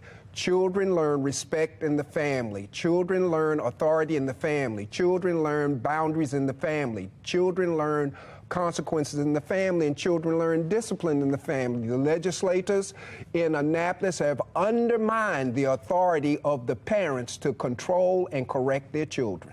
For those kids that do not have that family support at home, what is the message that we as the community need to be sending to the young people? Number one, we need to support our parents who are trying to do the right thing. Number two, there needs to be a monogamous message, one message. Number one, get your education. Number two, you got to work hard. Number three, avoid poor moral decisions. Number four, be a spouse before you are a parent. All that is the foundation, whether that education is vocational or academic. Key, respect. It's all about relationships. You know, and where there's no respect and no trust, there's a breakdown. You hear so often that kids have no other choice than to join a gang. Let's just start there. And there's no one else supporting them. In that situation, how do you change that path for them? I don't believe that there's no other choice. I work with too many young choices. Number one, the first choice is the focus on education. It starts in the home. It's got to be reinforced by the village. Education is the key. There's no substitute for a work ethic. The guys who are squeegeeing don't want to punch a clock. You need to punch a clock regardless of where you start. It's a question of where you're going. We run into, we talk about accountability, but accountability has two C's. Number one, a choice for which there are consequences. And too often, the legislature, and I'm going to say it again, Annapolis undermines the authority of the parent in the life of that child. Just remember during the Freddie Gray riots, this mother saw her son about to do something stupid. She found him, smacked him, and took him home. Talk with Mr. Chris Papps. Let's follow up, see how he made out on that. The critical thing is respect. You learn it in the home. Respect for authority, boundaries, consequences, choices, and discipline. When parental authority is undermined, there will be anarchy and there will be disorder. That's what we're seeing downtown. That's what we're seeing in the life of our children. We need to get together and change that. That won't change until we change those folk we put in elective office. All right, Pastor Smith, thanks for weighing in. Thank you. It is 8:19 now. We're experiencing some cool temperatures to get this day started, but there is a warming trend on the way. It was downright cold this morning. Meteorologist Justin Chambers with the turnaround. Yeah, no doubt about that, ladies. We had a lot of blue on the map in terms of our color contours. We got the orange on for Wear Orange Wednesday now. And overall, it's going to be a pretty nice afternoon, even a little less windy than what we saw yesterday, and warmer temperatures. A very nice spring day is upon us. Now, as boaters and watermen get out there, ahoy on your captain's cast. Next hour, right about 50 degrees. We'll see that west wind about 5 to 10 knots and those waves about a foot or less. Wind is still going to kick up a bit today in that 10 to 15, possibly even 20 knot category, but not small craft advisories or gale warnings like we had yesterday afternoon. So a better day to get on the water. Maybe you're starting to get the boat all ready for the season. That low tide at 1:42 at Fort McHenry, back at high tide tonight at 7:06 p.m. Golfers hitting the links today. Overall, not a bad day. Maybe still a one club win if you are are going to make your way out, but just know that the pollen is still there. There's no doubt about that. Trees still in the high category, even grass into the moderate category. Once we get some rain this weekend, that will help to kind of clean out the atmosphere and give us a little bit of a break from all of that pollen and everything that's blooming. Low to mid 70s across Perry Hall, White Marsh, over to Towson and to Catonsville today. We're at 75 in Canton and Fells, 71 in Eldersburg, 70 for you in Manchester and Hampstead up there in Carroll County. Numbers in Howard and Anne Arundel counties also in those low to mid 70s. As you head further to the south, that's where those temperatures are actually a little bit warmer. If you do want to get the cars cleaned up Wednesday, Thursday, and Friday, wash off all that pollen. Go ahead and clean them up because we are not tracking rain until we get to Saturday afternoon. And you can see that here in our future scan. Less wind today. For tomorrow and Friday, it is going to be very dry. Might have to deal with some fire weather warnings again on Friday because those temperatures will just be so warm. And again, that rain does not roll in until we get to the middle part of Saturday afternoon and Saturday evening. That's the approaching cold front, and that's going to be our next weather maker that changes up our conditions, especially as we head to the second half of the weekend. So check it out. 70s today, mid 80s tomorrow. We're close to 90 on Friday. Numbers come back down into about 80 on Saturday. And then after the frontal passage, Sunday only into the upper 60s, but drier for the second half of the weekend. Patrice? If you are heading outdoors to enjoy the nice weather or maybe headed out to Camden Yards to watch an O's game, we want you to share your smiling faces with us. Scan the QR code on your screen. That will take you to foxbaltimore.com/chime in where you can get started. It's all powered by Stackla. All right, looking at our Len Stoller traffic network, we've got a couple of crashes that we want to make you aware of this morning. The first one is on 895 southbound. We've got two vehicles involved in this one. The left lane is blocked. Not a pretty sight out there, causing severe delays. Second one on the right-hand side of your screen. We've been reporting on this one all morning. Two crashes on 95 north and southbound. For 95 north, we've got 4 vehicles involved in that one. 2 left traffic lanes in the left shoulder are closed. For the one on 95 northbound, we've got 1 vehicle involved in that one. The left shoulder is closed. Traffic is moving through the left lane, but we have got lots of backups, as you can see out there. As a result, you can see we are slow. In the yellow there, 23 minutes in some spots. That's from 795 to 95, 22 minutes from 95 to 83. Are you a sucker for good music? Well, take a breath because an MTV Music Award-winning band is coming to Baltimore. Can you guess which one? Who that group is, coming up in our next half hour. And we're with the Youth Climate Institute this morning. Young people doing great things for the environment. As Earth Day approaches, we'll tell you more about it coming up on Fox 45 Morning News, all local, all morning long.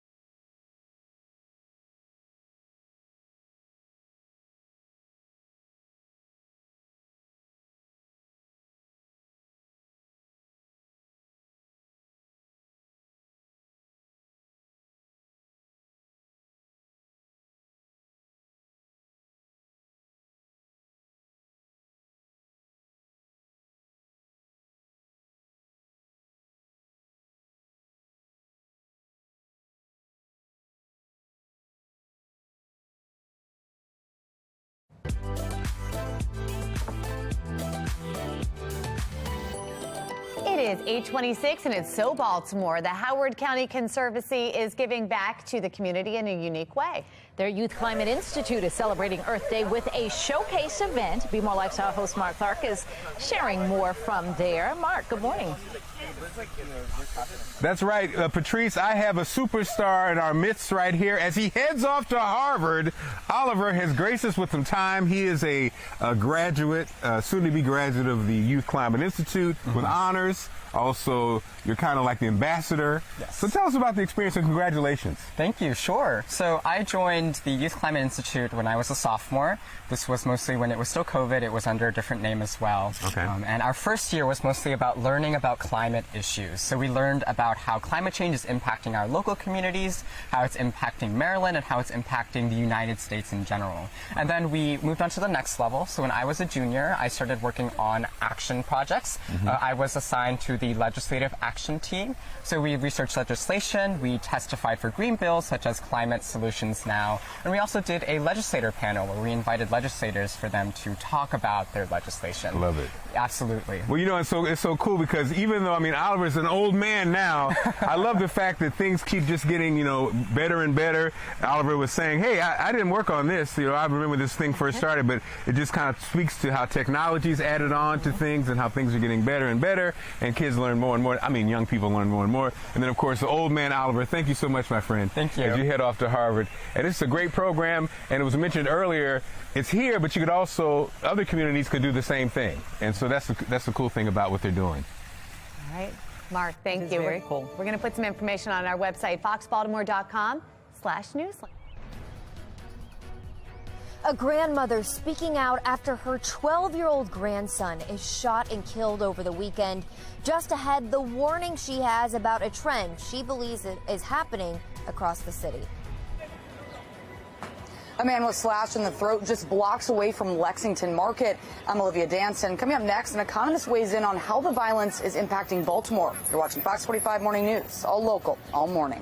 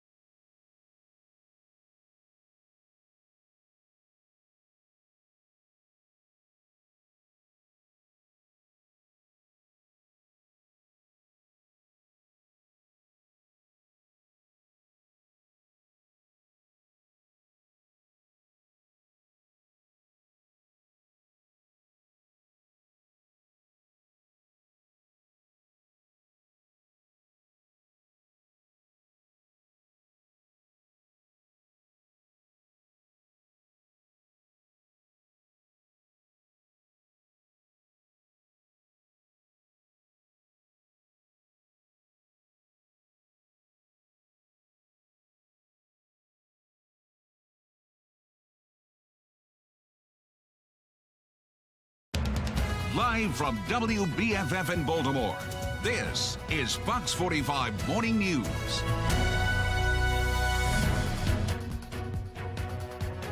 Well, the Orioles are waking up this morning on top. They took game 1 over the Nationals in the Beltway series last night in D.C. It was a tight game, too. After constant back and forth from the mound and behind the plate, they ended up winning it 1-0. And Dean Kramer pitching a shutout with 6 strikeouts on the night. And they are back in the nation's capital for the final game against the Nats later tonight. Very exciting. Welcome back to Fox 45 Morning News. It's Wednesday, April 19th. I'm Megan Gilland. I'm Tom Rogers. We want to find out exactly how warm it's going to be if you're heading down to D.C. to watch the O's. I hope it's warmer than it is now. Meteorologist Justin Chambers here with our forecast. Well, Tom, you said it earlier. Meg, good morning to you. All we need is one. And Austin Hayes had this RBI single to get the O's the win. And yes, it is going to be a great night for baseball in the Capitol and a great weekend for baseball right back here at home as the O's come back on Friday. But right now, it's chilly. 37 your temp in Oakland, 39 in Cumberland, lower 40s for Hagerstown and Westminster. We're warming up a bit. Mid 40s in Baltimore City, 42 your temp in Bel Air. I just stepped outside myself, and maybe at least a light jacket is what you'll need as you make your way out. Definitely the sunglasses today with plenty of sunshine and no umbrellas needed, not until we get into this upcoming weekend. So if you are going to get out for a run or a jog, next few hours, our temperature staying in the 50s, on our way to 75 today, at about 10 degrees tomorrow, and close to 90 by the time we get into Friday. So these up and down temperatures for springtime continue. We're back with your full forecast over on that big green wall coming up in a few minutes from right now. Tom. Thank you, Justin. Let's take a look now at your Len Stoller traffic network. And there's 2 accidents that we've been following here. The top left there, it's because it's 95 north and southbound. The northbound accident, you see on the bottom right there, that's actually in a construction zone right near Clayton. And it shows that there's 4 vehicles involved there. And then there's also 2 left lanes and the left shoulder closed. For the 195, the other incident that's happening, that one has been removed now. The shoulder was closed. It's now open, and you see traffic moving along just fine. No issues to report. Jalen have gotten caught up with the wrong people out there older than him, doing things that they made him do. Well, the grandmother of Jalen Richards now speaking out after her 12-year-old grandson was gunned down in South Baltimore over the weekend. In our last half hour, we heard from Jalen's grandmother there. She explained why she wanted to share all these details, even the negative ones about her grandson. Shannon Lilly has been following this story for us. She's now joining us with the details. Shannon. And Megan, the grandmother of Jalen Richards wants to share this information, although some of it is not flattering, because she's trying to bring to light something that she says is a trend across the city. And she also wants to warn other families before more young people lose their lives. Remember, Jalen Richards, right here on your screen, was only 12 years old. He was only in the 6th grade. But his mom, Anitra Jones, alleges that he was involved in criminal activity, doing things like carjackings, among other things. And she believes that he got caught up in the wrong crowd of older kids who were using him and taking advantage of him. She also believes that's something that happens quite often, where these older kids or adults use young children to commit crimes. Listen. I want these older people to be up here today and taking advantage of them. And guess how many more out here are going to be like Jalen? Because of older, ignorancy, adults that's using kids for their stupidity. And Jones is now demanding accountability, and she's also questioning where these juveniles are getting the guns in the first place. She spoke with us not long after she got home from making funeral arrangements for her grandson. Reporting live in South Baltimore, I'm Shannon Lilly, Fox 45 Morning News. All right, Shannon, thank you. An uptick in violence is raising concerns about popular areas in Baltimore. In fact, this week, we've already seen a woman who was stabbed to death, and a man is now in critical condition after being slashed, well, getting his throat slashed. Olivia Dan's joining us live now with the latest details in these incidents and how the ongoing crime is impacting the city. Olivia? Well, Megan and Tom, this most recent incident is still under investigation, but the man was slashed in the throat on West Saratoga Street, which is just a couple blocks away from Lexington Market here. As far as the woman, she was cut early on Tuesday in South Baltimore, and she unfortunately died. But the stabbing near Lexington Market is alarming, as the market was recently renovated and reopened as part of an effort to revitalize this area. Revitalization efforts have been seen across the city, with the new and improved CFG Bank Arena opening just a couple weeks ago, and then last year the Topgolf opening in an area that Mayor Scott hopes will become an entertainment district. Right before that opening, Fox 45 News spoke with an economist worried crime would steer people away from all the new developments.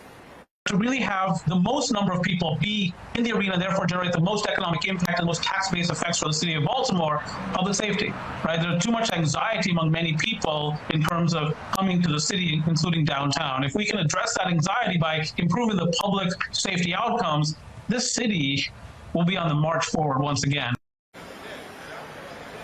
And now some may be wondering if all the revitalization is actually worth it, or if crime will continue to negatively impact this city. For now, reporting live in Baltimore, I'm Olivia Dance, Fox 45 Morning News. Thank you, Olivia. 8:37 now, and elsewhere in a city in crisis, all charges have been dismissed against this man. He's accused of taking revenge on two squeegee kids. In fact, last year, Zamil Dixon claimed squeegee kids had stolen his mother's phone and then paid themselves $2,200. According to police, Dixon then returned to that same intersection where it apparently happened, where he offered three squeegee kids a job, drove them to Edmondson Avenue, and then threatened them with a gun, demanding to know, quote, who did this to my mom, who took the money the other day. Well, a 17-year-old and a 23-year-old were shot during that encounter. A third person has escaped. See how they wanted to get a job, try to better themselves, and that's what happened. Just yesterday, prosecutors with the state's attorney's office insisting they were forced to drop the case, writing, our prosecutor exhausted all avenues to locate the only witness physically able to testify in court. Without that witness, we cannot move forward with this case. 6 more members of the Biden family have been added to the House Oversight Committee's investigation into their family business dealings. I'm Kayla. Another chilly start to your Wednesday, but a big warm-up is headed our way. Meteorologist Justin Chambers tracking the increase in temperatures. 8:38 now, and you're watching Fox 45 Morning News, all local, all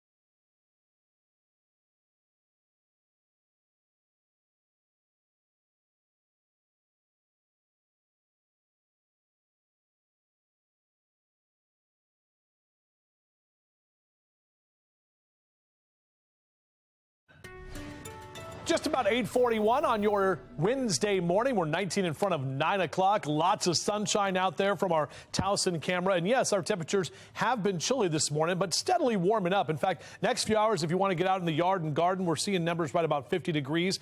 Upper 60s through about noontime, and we're on our way to the low and mid 70s for later this afternoon. So any kind of the outdoor activities you have planned, you are good to go. Your 3T cast here, 75 today, 55 tonight, 85 tomorrow. And we could be talking about record-breaking numbers later this week. More on that in just a few. All right, Justin, thank you. Right now, a deadline is looming for the U.S. Supreme Court. It has until midnight to decide whether it will maintain full access to an abortion pill. Taking you live now to our nation's capital, where that decision on mifepristone is hanging in the balance. It's one of two commonly used abortion pills used in more than half of all abortions in the country. We know a Texas judge recently overturned the FDA's approval of the drug. Part of his ruling was blocked by a federal appeals court, but not all of it. Then last Friday, the Supreme Court put a pause on the case, giving it time to review both sides and come up with a decision. Again, it has until midnight to release that decision. A group of doctors, meantime, who oppose abortion are urging the justices to uphold the Texas judge's ruling, which would see mifepristone taken off the market. But regardless of what happens today, whatever that decision will be, it is not likely to be final, as there is still an appeals process that's playing out. That's the latest from our live center. The Ravens don't only look to impress on the field, but also in the community. Still ahead, what volunteers are doing for the city to celebrate Earth Day. 8:42 is the time. You're watching Fox 45 Morning News, all local, all morning.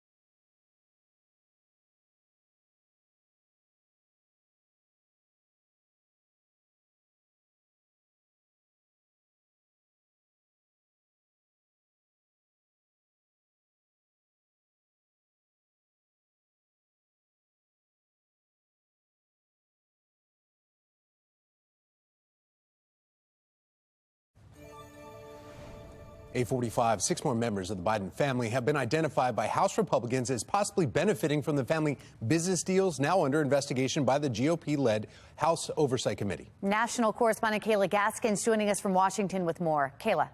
6 additional members of the Biden family are now under scrutiny by House Republicans as they dig through the family's financial records. And every time you overturn, or look under a stone, there's so much more you have to investigate because it's wild the number of family members involved. Representative Nancy Mace posting this video to social media Monday after visiting the Treasury Department with fellow members of the Oversight Committee. There, the group reviewed 150 suspicious activity reports containing thousands of pages of the Bidens' financial records. We really can't tell what those LLCs did other than launder deposits from our adversaries around the world back to the Bidens. The additional 6 family members identified Monday were not named. They joined the president's son Hunter, brother James, and daughter-in-law Hallie as those who may have benefited from these deals. I can tell you without hesitation, it's very serious, and the President of the United States is going to have a very hard time explaining how so many of his family members have received so much money from our adversaries around the world. House Republicans alleging the Biden family peddled influence and access to Joe Biden to foreign adversaries like China. The White House refraining from commenting on the probe. What were they paid for? Look, I'm just not going to respond to that. President Biden offering public support. My youngest son, Hunter Biden, stand up, guys. I'm proud of you.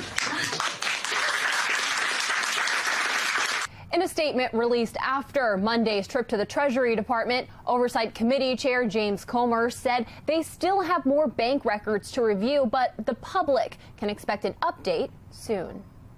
In Washington, I'm Kayla Gaskins. Thank you, Kayla. Cooler today, but a big warm-up is headed our way. Meteorologist Justin Chambers here with our yard work forecast. Yeah, and actually, it's not cooler today. It's cooler this morning. It's going to be warmer this afternoon, and that's what we're talking about with mainly blue skies out there looking good at this time, and our temperatures steadily warming up. We're still in the 40s this hour, 46 at BWI. No wind to speak of at this time. It's still going to be a bit breezy later this afternoon, but overall, next 12 hours, a nice steady rise in those numbers with low to mid-70s as we take you toward the afternoon. And you know what? I asked Carlos, and he was like, yeah, just give it to me. Let's do a 5. So we're going to go 5 on the Crabcast today. Carlos the Crab, a happy crab this afternoon. And we are going to be looking at numbers today that are going to be above average. 68 is typically where we are. Low to mid-70s, a little bit warmer than yesterday.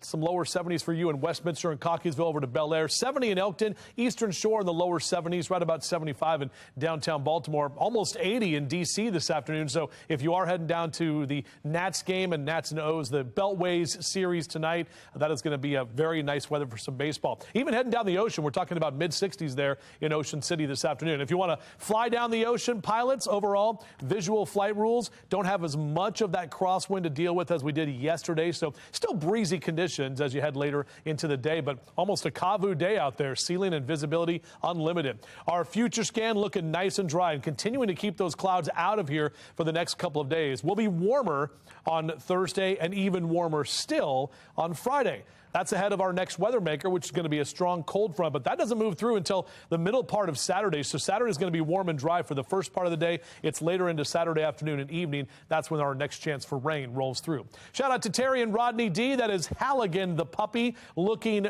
good. Oh, my goodness, that is a sweet puppy. Thanks for sending that picture in, Terry and Rodney. Always appreciate it. JC Chambers at foxbaltimore.com. That's my email. And here's your 7-day forecast. So those 70s today with 80s back with you tomorrow. Close to 90. The record on Friday is 88. So we could at least tie or probably break that number, maybe even 90 degrees before we cool off. Saturday about 80 and then cooler behind the front on Sunday. Time to take a look at a view through your window. Little Boys the Cat.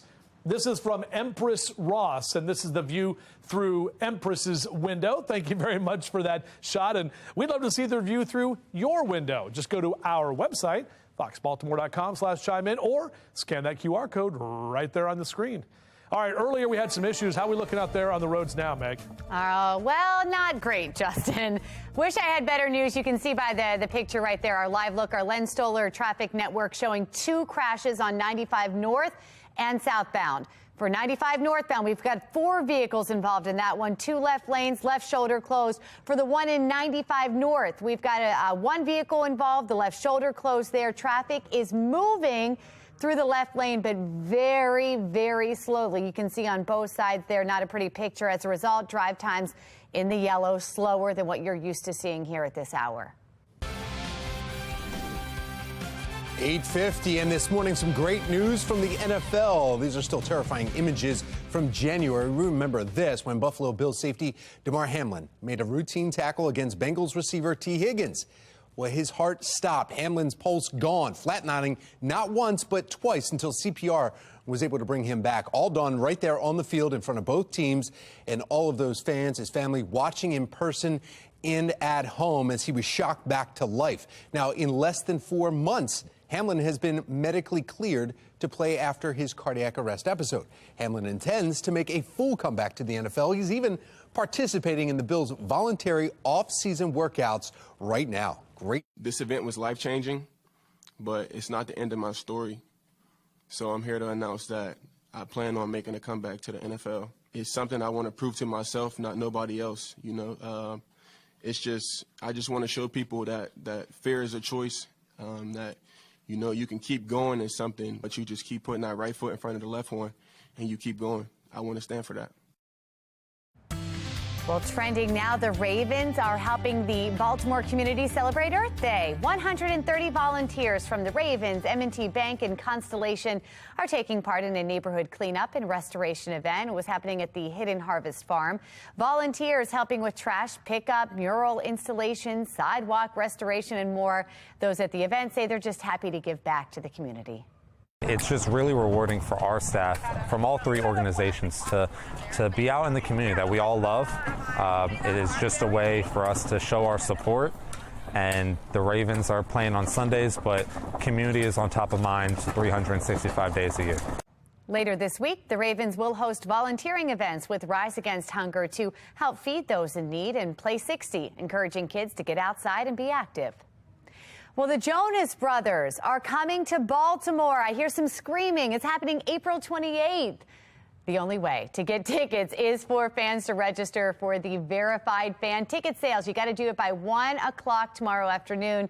Fans who are selected will receive a code and will be able to get tickets starting this Friday. I'm having Taylor Swift deja vu all of a sudden. It's gonna be like yeah, you got it. 4 seconds and they're gone. The verified users, and we'll see what happens here.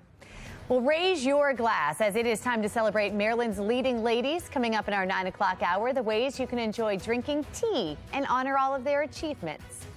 And a big warm-up is headed our way. Justin was just talking about the possibly 90-degree temperatures. Some rain may be following. So in our 9 o'clock hour, meteorologist Justin Chambers is letting us know when we can expect our next weather maker, and it's going to be hot. But first, it's time to expect our next caffeine maker. Yes, it's time for a coffee break right now.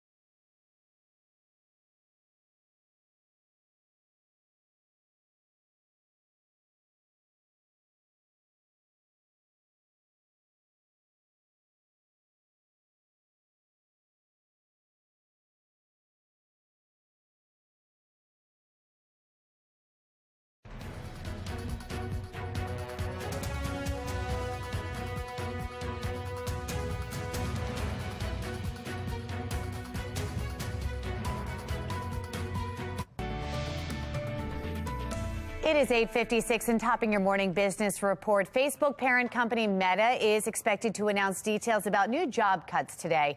It's part of a months-long downsizing and restructuring effort that will trim 10,000 employees amid multiple waves of layoffs. According to an internal memo obtained by the Washington Post, Meta's head of human resources wrote Tuesday evening that the company will start notifying employees on its technical teams whose jobs are being cut. Netflix reporting a miss for its second quarter earnings after market close on Tuesday. Shares fell by about 6%. This is prompting the company to shut down its DVD rental business after a 25-year run. The company tweeting that it will send out its last red envelope on September 29th. Wow. It has reportedly mailed out more than 5 billion DVD and Blu-ray rentals to subscribers across the United States since 1998. A digital media trends survey shows about a third of consumers plan to reduce their number of entertainment subscriptions. The survey also shows millennials spend more money on streaming services than any other generation, at an average of $55 a month. According to the Baltimore Sun, Guinness plans to release Preakness Ale on May 11th. The beer is a ruby red ale with a 5% alcohol by volume content. It is brewed in Guinness's 10-barrel innovation brewery, and it features blood orange and hibiscus notes, according to a news release. The beer will be on draft at the Baltimore County Brewery as well as the racetrack on Preakness Day. Now it is time for today's America Steals and Deals. The following segment is sponsored by Gnocchi. We really like a sandwich at our house for a snack on the go because we're always running around, but it is the worst when you go to grab the bread and it's stale and it's moldy. This Tupperware bread saver has really helped us out with that. It's so easy to use. It's lightweight. It's got this little divider in it, so you can put the divider in, and if different people in the house like different types of bread, one goes here, the other goes here, and then you just close it, and it's going to keep your bread fresh, and that's going to save you money because you don't want to throw away money. Groceries are so expensive right now. This works because it's got this little ventilation on the top, and it's just the right amount of air. Too much air makes the bread stale, and too little is going to create mold. So this gives you just the right amount. The other thing I like about it, if you have the kids or the grandkids over, like sometimes when we have family, I like to treat us to muffins or bagels. You can put these in a separate compartment. Even if you treat yourself to the good bagels, they stay fresh right there, and you just cover it. And it's got this really sleek look, and it looks good in any kitchen, and it's really lightweight to transport. With this price that you're getting, you could buy a couple and give these to friends as a gift. Right now, we're offering 25% off the Tupperware Bread Saver. This is really a good deal. It's going to save you money in the long run. Head to asadeals.com for this exclusive offer.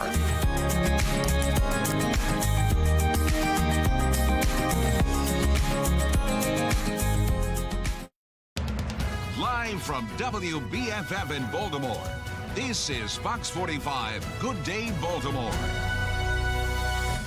Good morning on this Wednesday, April 19th. I'm Patrice Sanders. I'm Megan Gillen. Meteorologist Justin Chambers is here with us with our forecast. I like how we're all wearing orange for Wear Orange Wednesday. Yeah. O's are 10 and 7 and tied for third place in the AL East. So we like that. I know it's early, but Hey, we take all the positivity. Absolutely. Yeah, and positivity with temperatures going back up, ladies. I know it was cold this morning, but it is still a bit chilly out there right now. From our Weather Authority forecast, looking out from our Towson cam, lots of the green trees out there, and obviously that pollen's still a big issue. We are right in the heart of allergy season. So a chilly Wednesday morning leading to a warmer and less windy afternoon. Still a bit breezy at times. We are going to be heating up, though, into Thursday and Friday, so those numbers are definitely climbing. We're talking about 50s and 60s if you want to get out for a run or a jog in the next couple of hours. And overall, our numbers today in the low to mid 70s for a lot of us, so about 3 or 4 degrees warmer than where we ended up yesterday. Back with your full forecast. We'll do that in just a few minutes from right now.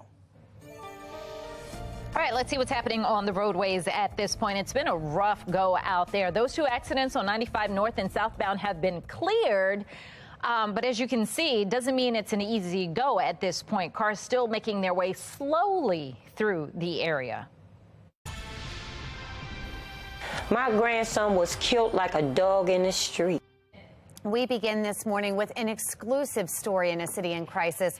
We are hearing from the grandmother of Jalen Richards, the 12-year-old boy who was shot and killed in South Baltimore over the weekend. Shannon Lilly is joining us live this morning with the battle his grandmother says that she and her daughter, Jalen's mother, were fighting. And this was a battle, Patrice, that Jalen's grandmother says was trying to keep Jalen Richards safe. It was a battle, though, that they lost. Remember, Jalen was only 12 years old. He was in the 6th grade right here at the Westport Academy, but he was gunned down just across the way on Saturday night at the Westport Homes public housing community, and that is where he lived. Now, his grandmother, Anitra Jones, says Jalen became the victim of the crowd that he chose. And she is confirming that her grandson was wearing an ankle bracelet and was on house arrest the night that he was killed. He was doing things that a child his age shouldn't. Carjacking. They had him carjacking. These older children, Jalen don't know how to drive. He was just hanging along for the ride. They got my grandson killed. These older kids out here that he was dealing with got my grandson killed. They took advantage of him. They still here. They still here. They can hug their grandma. They can hug their mother. I would never, ever be able to touch him again and tell him how much I love him. And it's heartbreaking. Certainly heartbreaking. Coming up in our next half hour, Megan and Patrice, we questioned Jones about why she decided to share all of this information about her grandson, even the information that wasn't necessarily flattering about him. Shannon, do we know any more details about the shooting? So there's still a lot of unanswered questions, Patrice, about this shooting. But remember, it did happen on Saturday night, happened around 9 p.m. along Maisel Court. And we're hearing from the police commissioner, Michael Harrison, that they found what appeared to be shell casings from an assault rifle there on the scene. We're also learning from investigators that Jalen was shot multiple times while he was running away. And this morning, the gunman is still at large. Reporting live in South Baltimore, I'm Shannon Lilly, Fox 45 News. Good day, Baltimore. Shannon, last year, a South Baltimore father came to Fox 45 News with a desperate plea. He told us his 14-year-old son was involved in a life of crime, and despite run-ins with law enforcement, there's no accountability. He started breaking into cars to steal cigarettes and change. Then you're stealing cars and running from the police. I got the call from Prince Frederick County and Calvert County telling me that they had him in custody, and they told me what that happened and stuff. And I said, you know what? Let him stay there until his court date. He needs to learn. Let him stay there. No, sir. You have 6 hours to get here to get him, or we'll be coming to get you for neglect and abandonment issues. He said his son has gone on carjacking sprees from Baltimore to D.C. San Diego told us that he even tried to turn his son into police. The teenager was only given a citation. I want my son to get some help. I mean, if it's jail, that's what it's going to take, then jail. What I think my son he needs some mental help. This isn't even about my son. This is about Baltimore City's kids. This is about all juvenile delinquents. He's not going to be alive. Elsewhere in a city in crisis, one mother is taking concerns about juvenile crime into her own hands. Patty Hawkins decided to move her son out of Baltimore because of the crime. Olivia Dance is joining us with her story and how lawmakers are responding to concerns about youth involved in crime. Olivia? Yeah, well, Hawkins says that she loves Baltimore and never thought she would have to leave, but she decided to move her family away to escape all of the crime and to help her son succeed. My son wasn't playing with them. He's tired of coming home from school, getting jumped at Mondawmin. I feel like they're prey to these predators, these drug dealers that are hanging out around the schools. Easier to have children sell drugs for you than you to get a charge yourself to sell drugs. Hawkins says things escalated, and one day she found out her son brought a gun to school. She decided to pull her son out of Baltimore City, moving 70 miles away to Hagerstown. She says kids are now being targeted by adults running gangs and circles in the city, especially after laws changed last year protecting children from certain charges. So Fox 45 News sent questions to the entire Baltimore City delegation asking, do you believe it's appropriate not to charge kids under a certain age with crimes? Is there a policy that can be crafted to hold parents accountable for not taking care of their children? And finally, what do you say to this mother who says kids in Baltimore City are not safe because of what's going on with drugs and violent crime? No one answered those questions. We also sent similar questions to the city council members, but again, no responses. Hawkins also put some of the blame on parents and says unless they change, she doesn't see juvenile crime getting any better. Back to you. Olivia, now that Hawkins has moved away from the city, does she say that she's happy with that decision? Was it the right choice? Well, Megan, yeah, she never actually wanted to leave Baltimore. She loves this city, but she says she sees now that she made the right decision. And she also tells us that her son is doing much better. For now, reporting live in Baltimore, I'm Olivia Dance, Fox 45. Good day, Baltimore.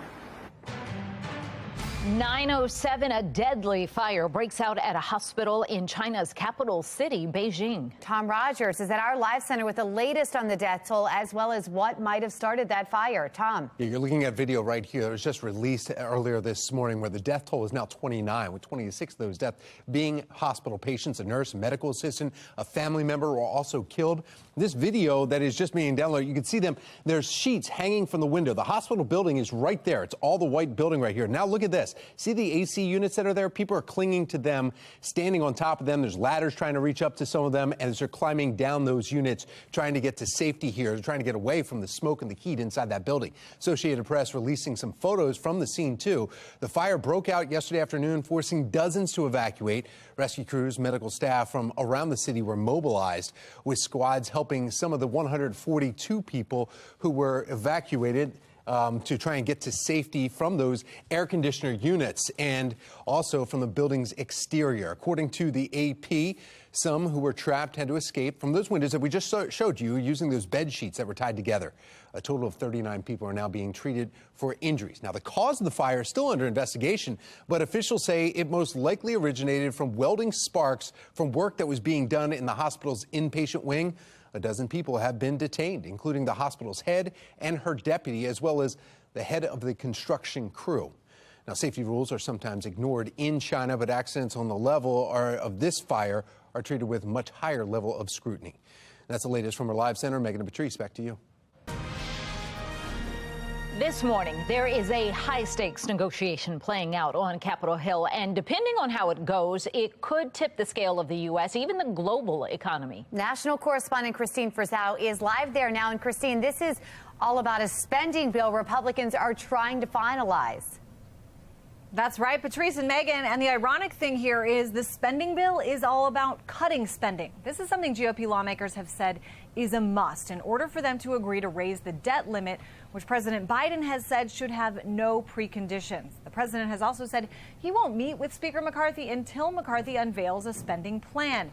This is tricky, though. As much as he wants to get his party to unite behind a plan, many of the more conservative Republicans say they want to cut as much spending as possible. Of course, others are worried cutting too much could lose them votes in the next election. The bottom line, though, this meeting between Biden and McCarthy needs to happen soon.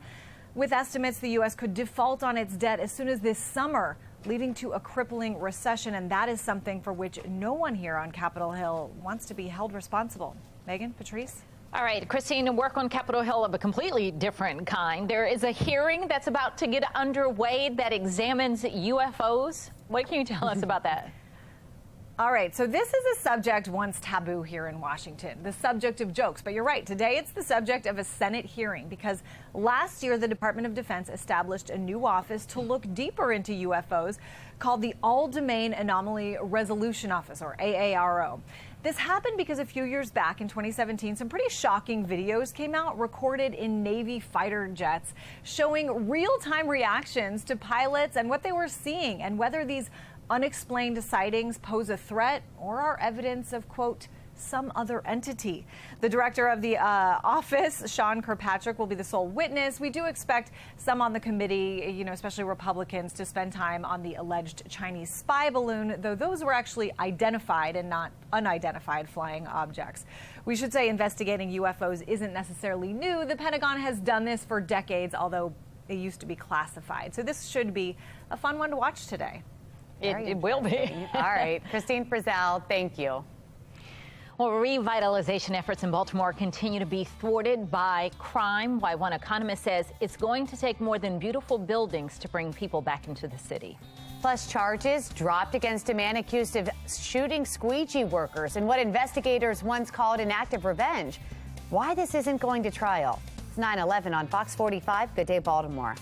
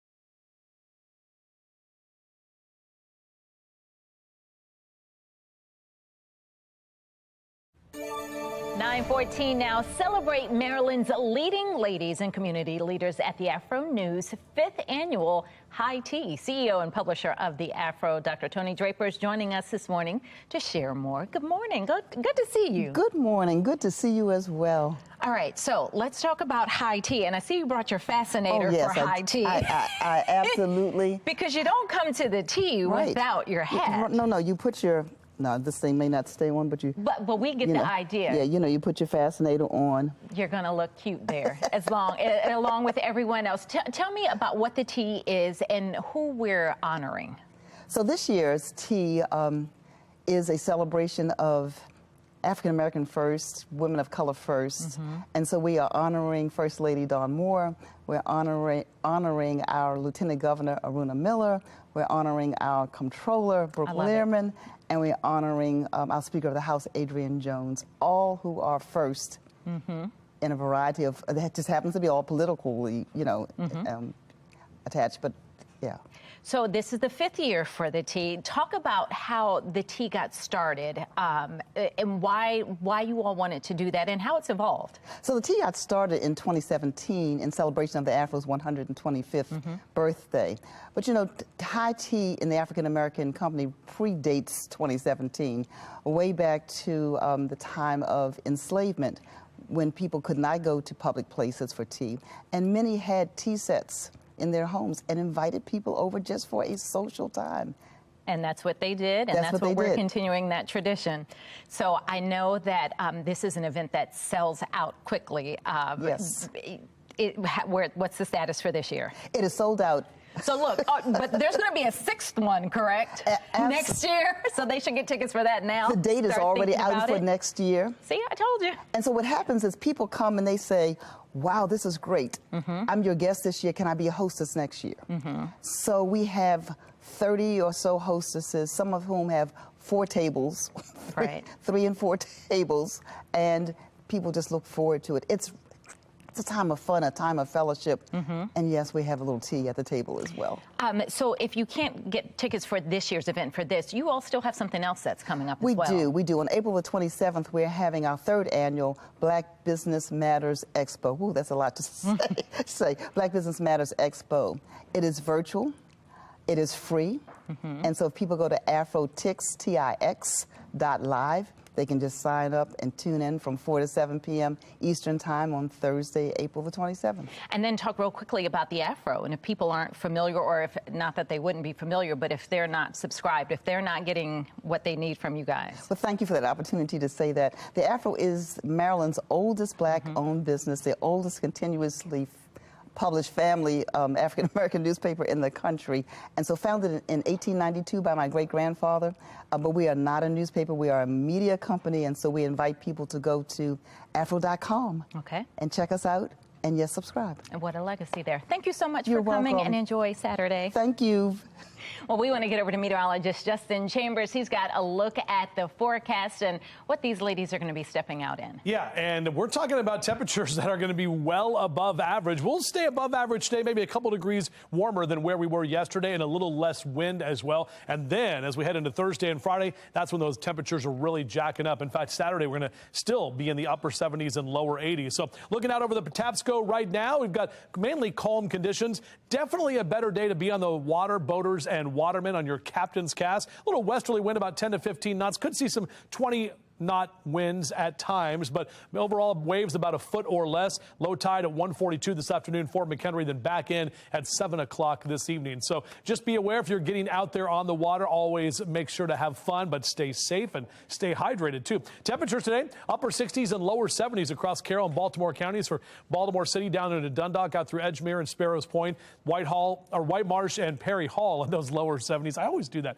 Low to mid 70s across Howard and Anne Arundel counties too for Ellicott City and Columbia, out through Glen Burnie and Pasadena, right about 76 in Odenton for your high this afternoon. And Eastern Shore numbers, you're going to see those lower 70s for Chestertown, out through Rock Hall, right about 75 in Chester and 73 in Talbot County there in Easton this afternoon.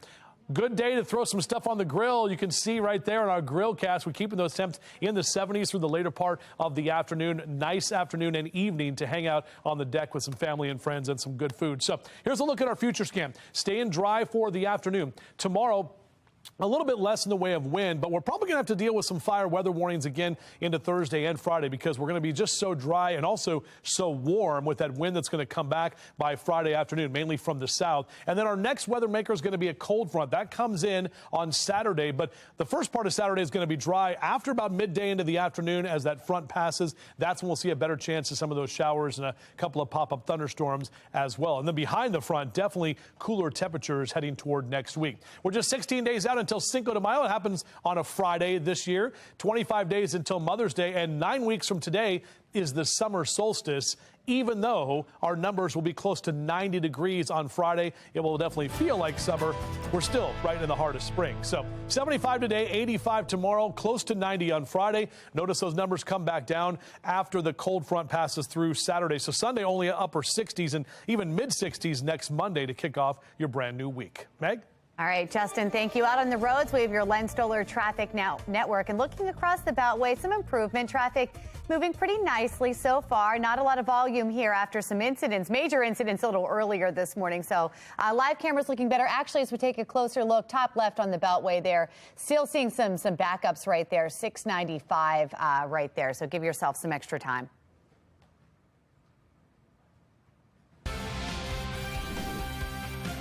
.920 now. In 3 starts this season, O's pitcher Dean Kramer has struggled. Nothing past 5 innings, 13 earned runs, and an ERA north of 9. Kramer needed a huge start for rotation security, and he did just that in yesterday's game against the Washington Nationals. Kramer gets into trouble during the 3rd inning. 2 on base, 2nd and 3rd, no outs, but Sits down 3 batters to get out of the frame there. Scoreless until the 4th. The O's get their own 2 men on. Austin Hayes has a hard hit in shallow left.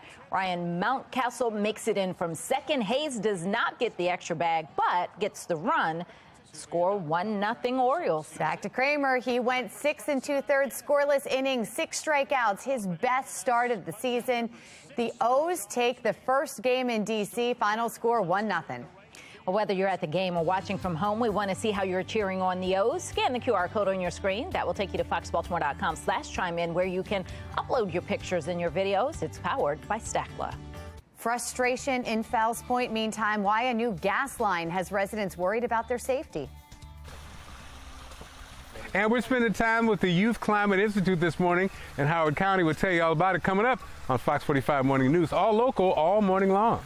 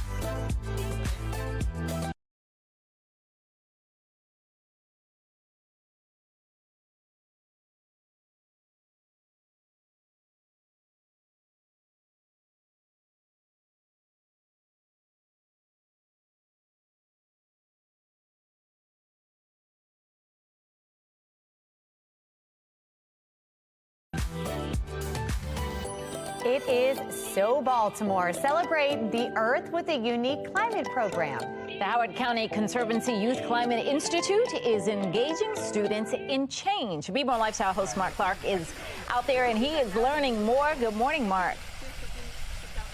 That's right. I'm learning from the youth more and more, and Jody is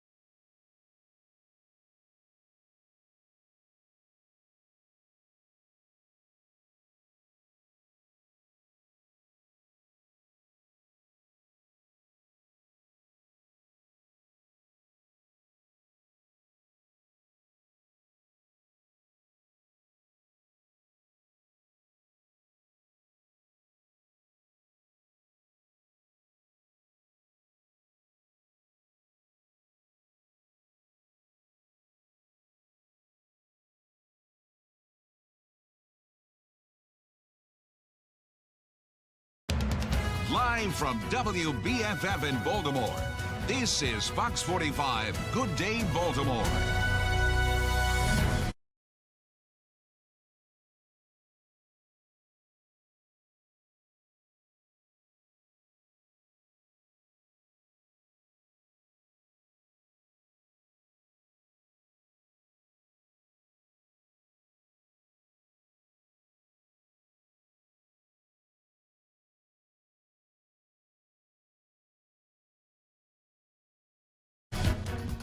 Welcome back on this Wednesday. Coming up on 9:30, I'm Patrice Sanders. I'm Megan Gillen. Meteorologist Justin Chambers here with us this morning.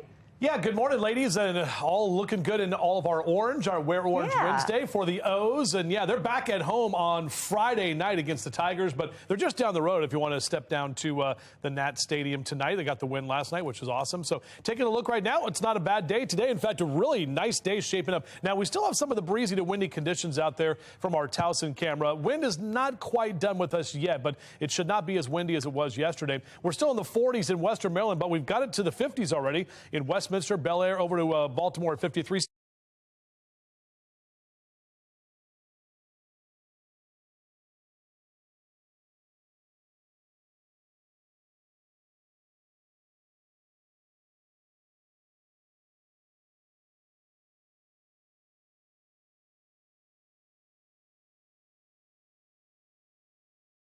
Still 46 in Westminster, but 53 in Baltimore City right now. So most of us along the Chesapeake are starting the warming trend. And check out what's going to happen over the next few hours. A steady climb, low to mid 70s through the middle part of the day today, which is still going to be above average. So topping out right at 75 today. We're going to add about 10 degrees to our highs tomorrow, and then another 5 or 6 degrees on Friday, where we could see numbers near 90. And that's going to be in the record territory by Friday afternoon. We're back with your full forecast. We'll do that in just a few minutes from right now. Jalen have gotten caught up with the wrong people out there older than him, doing things that they may.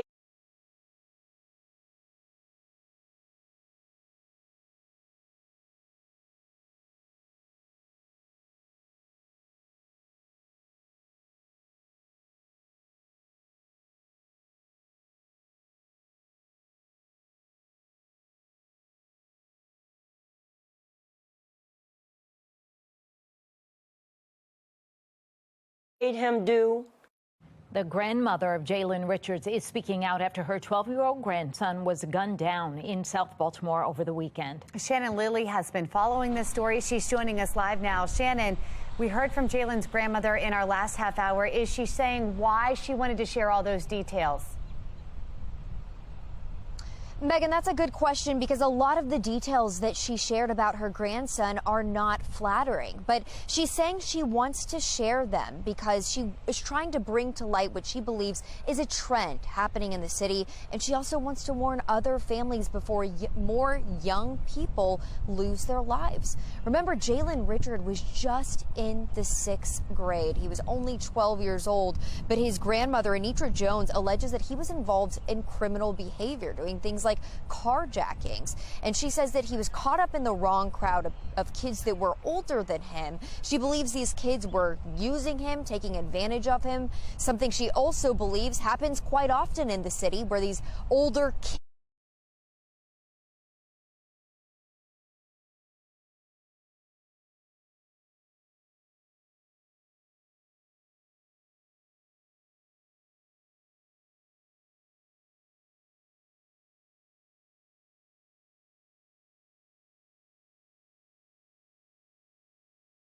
kids or adults take advantage of younger kids to commit crime. Listen. I want these older people to be accountable for what they're doing to these young children out here today and taking advantage of them.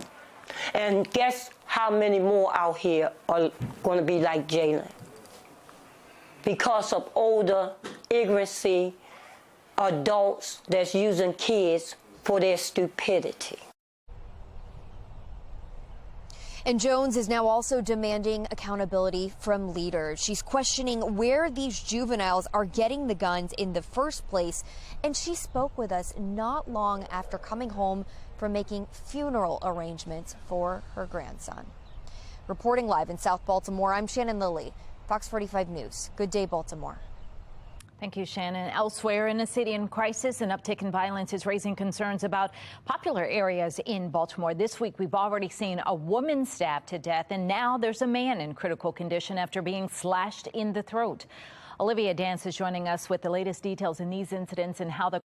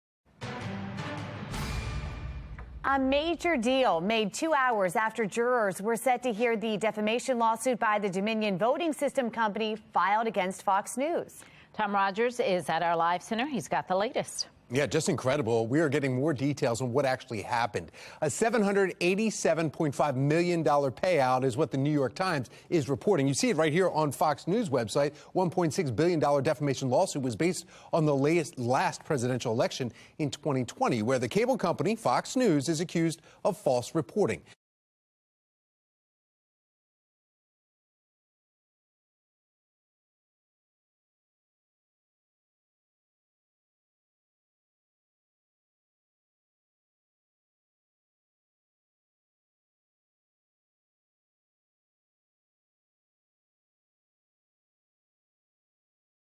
The trial was delayed 2.5 hours as jurors were waiting in the courtroom for the judge to return from his chambers.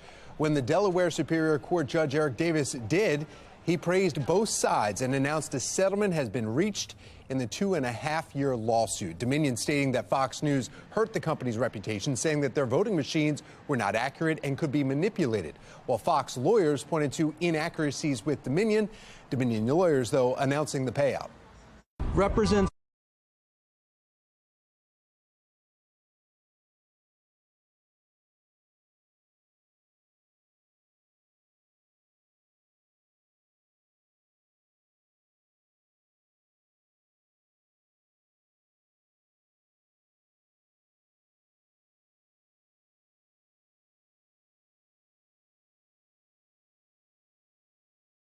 vindication and accountability.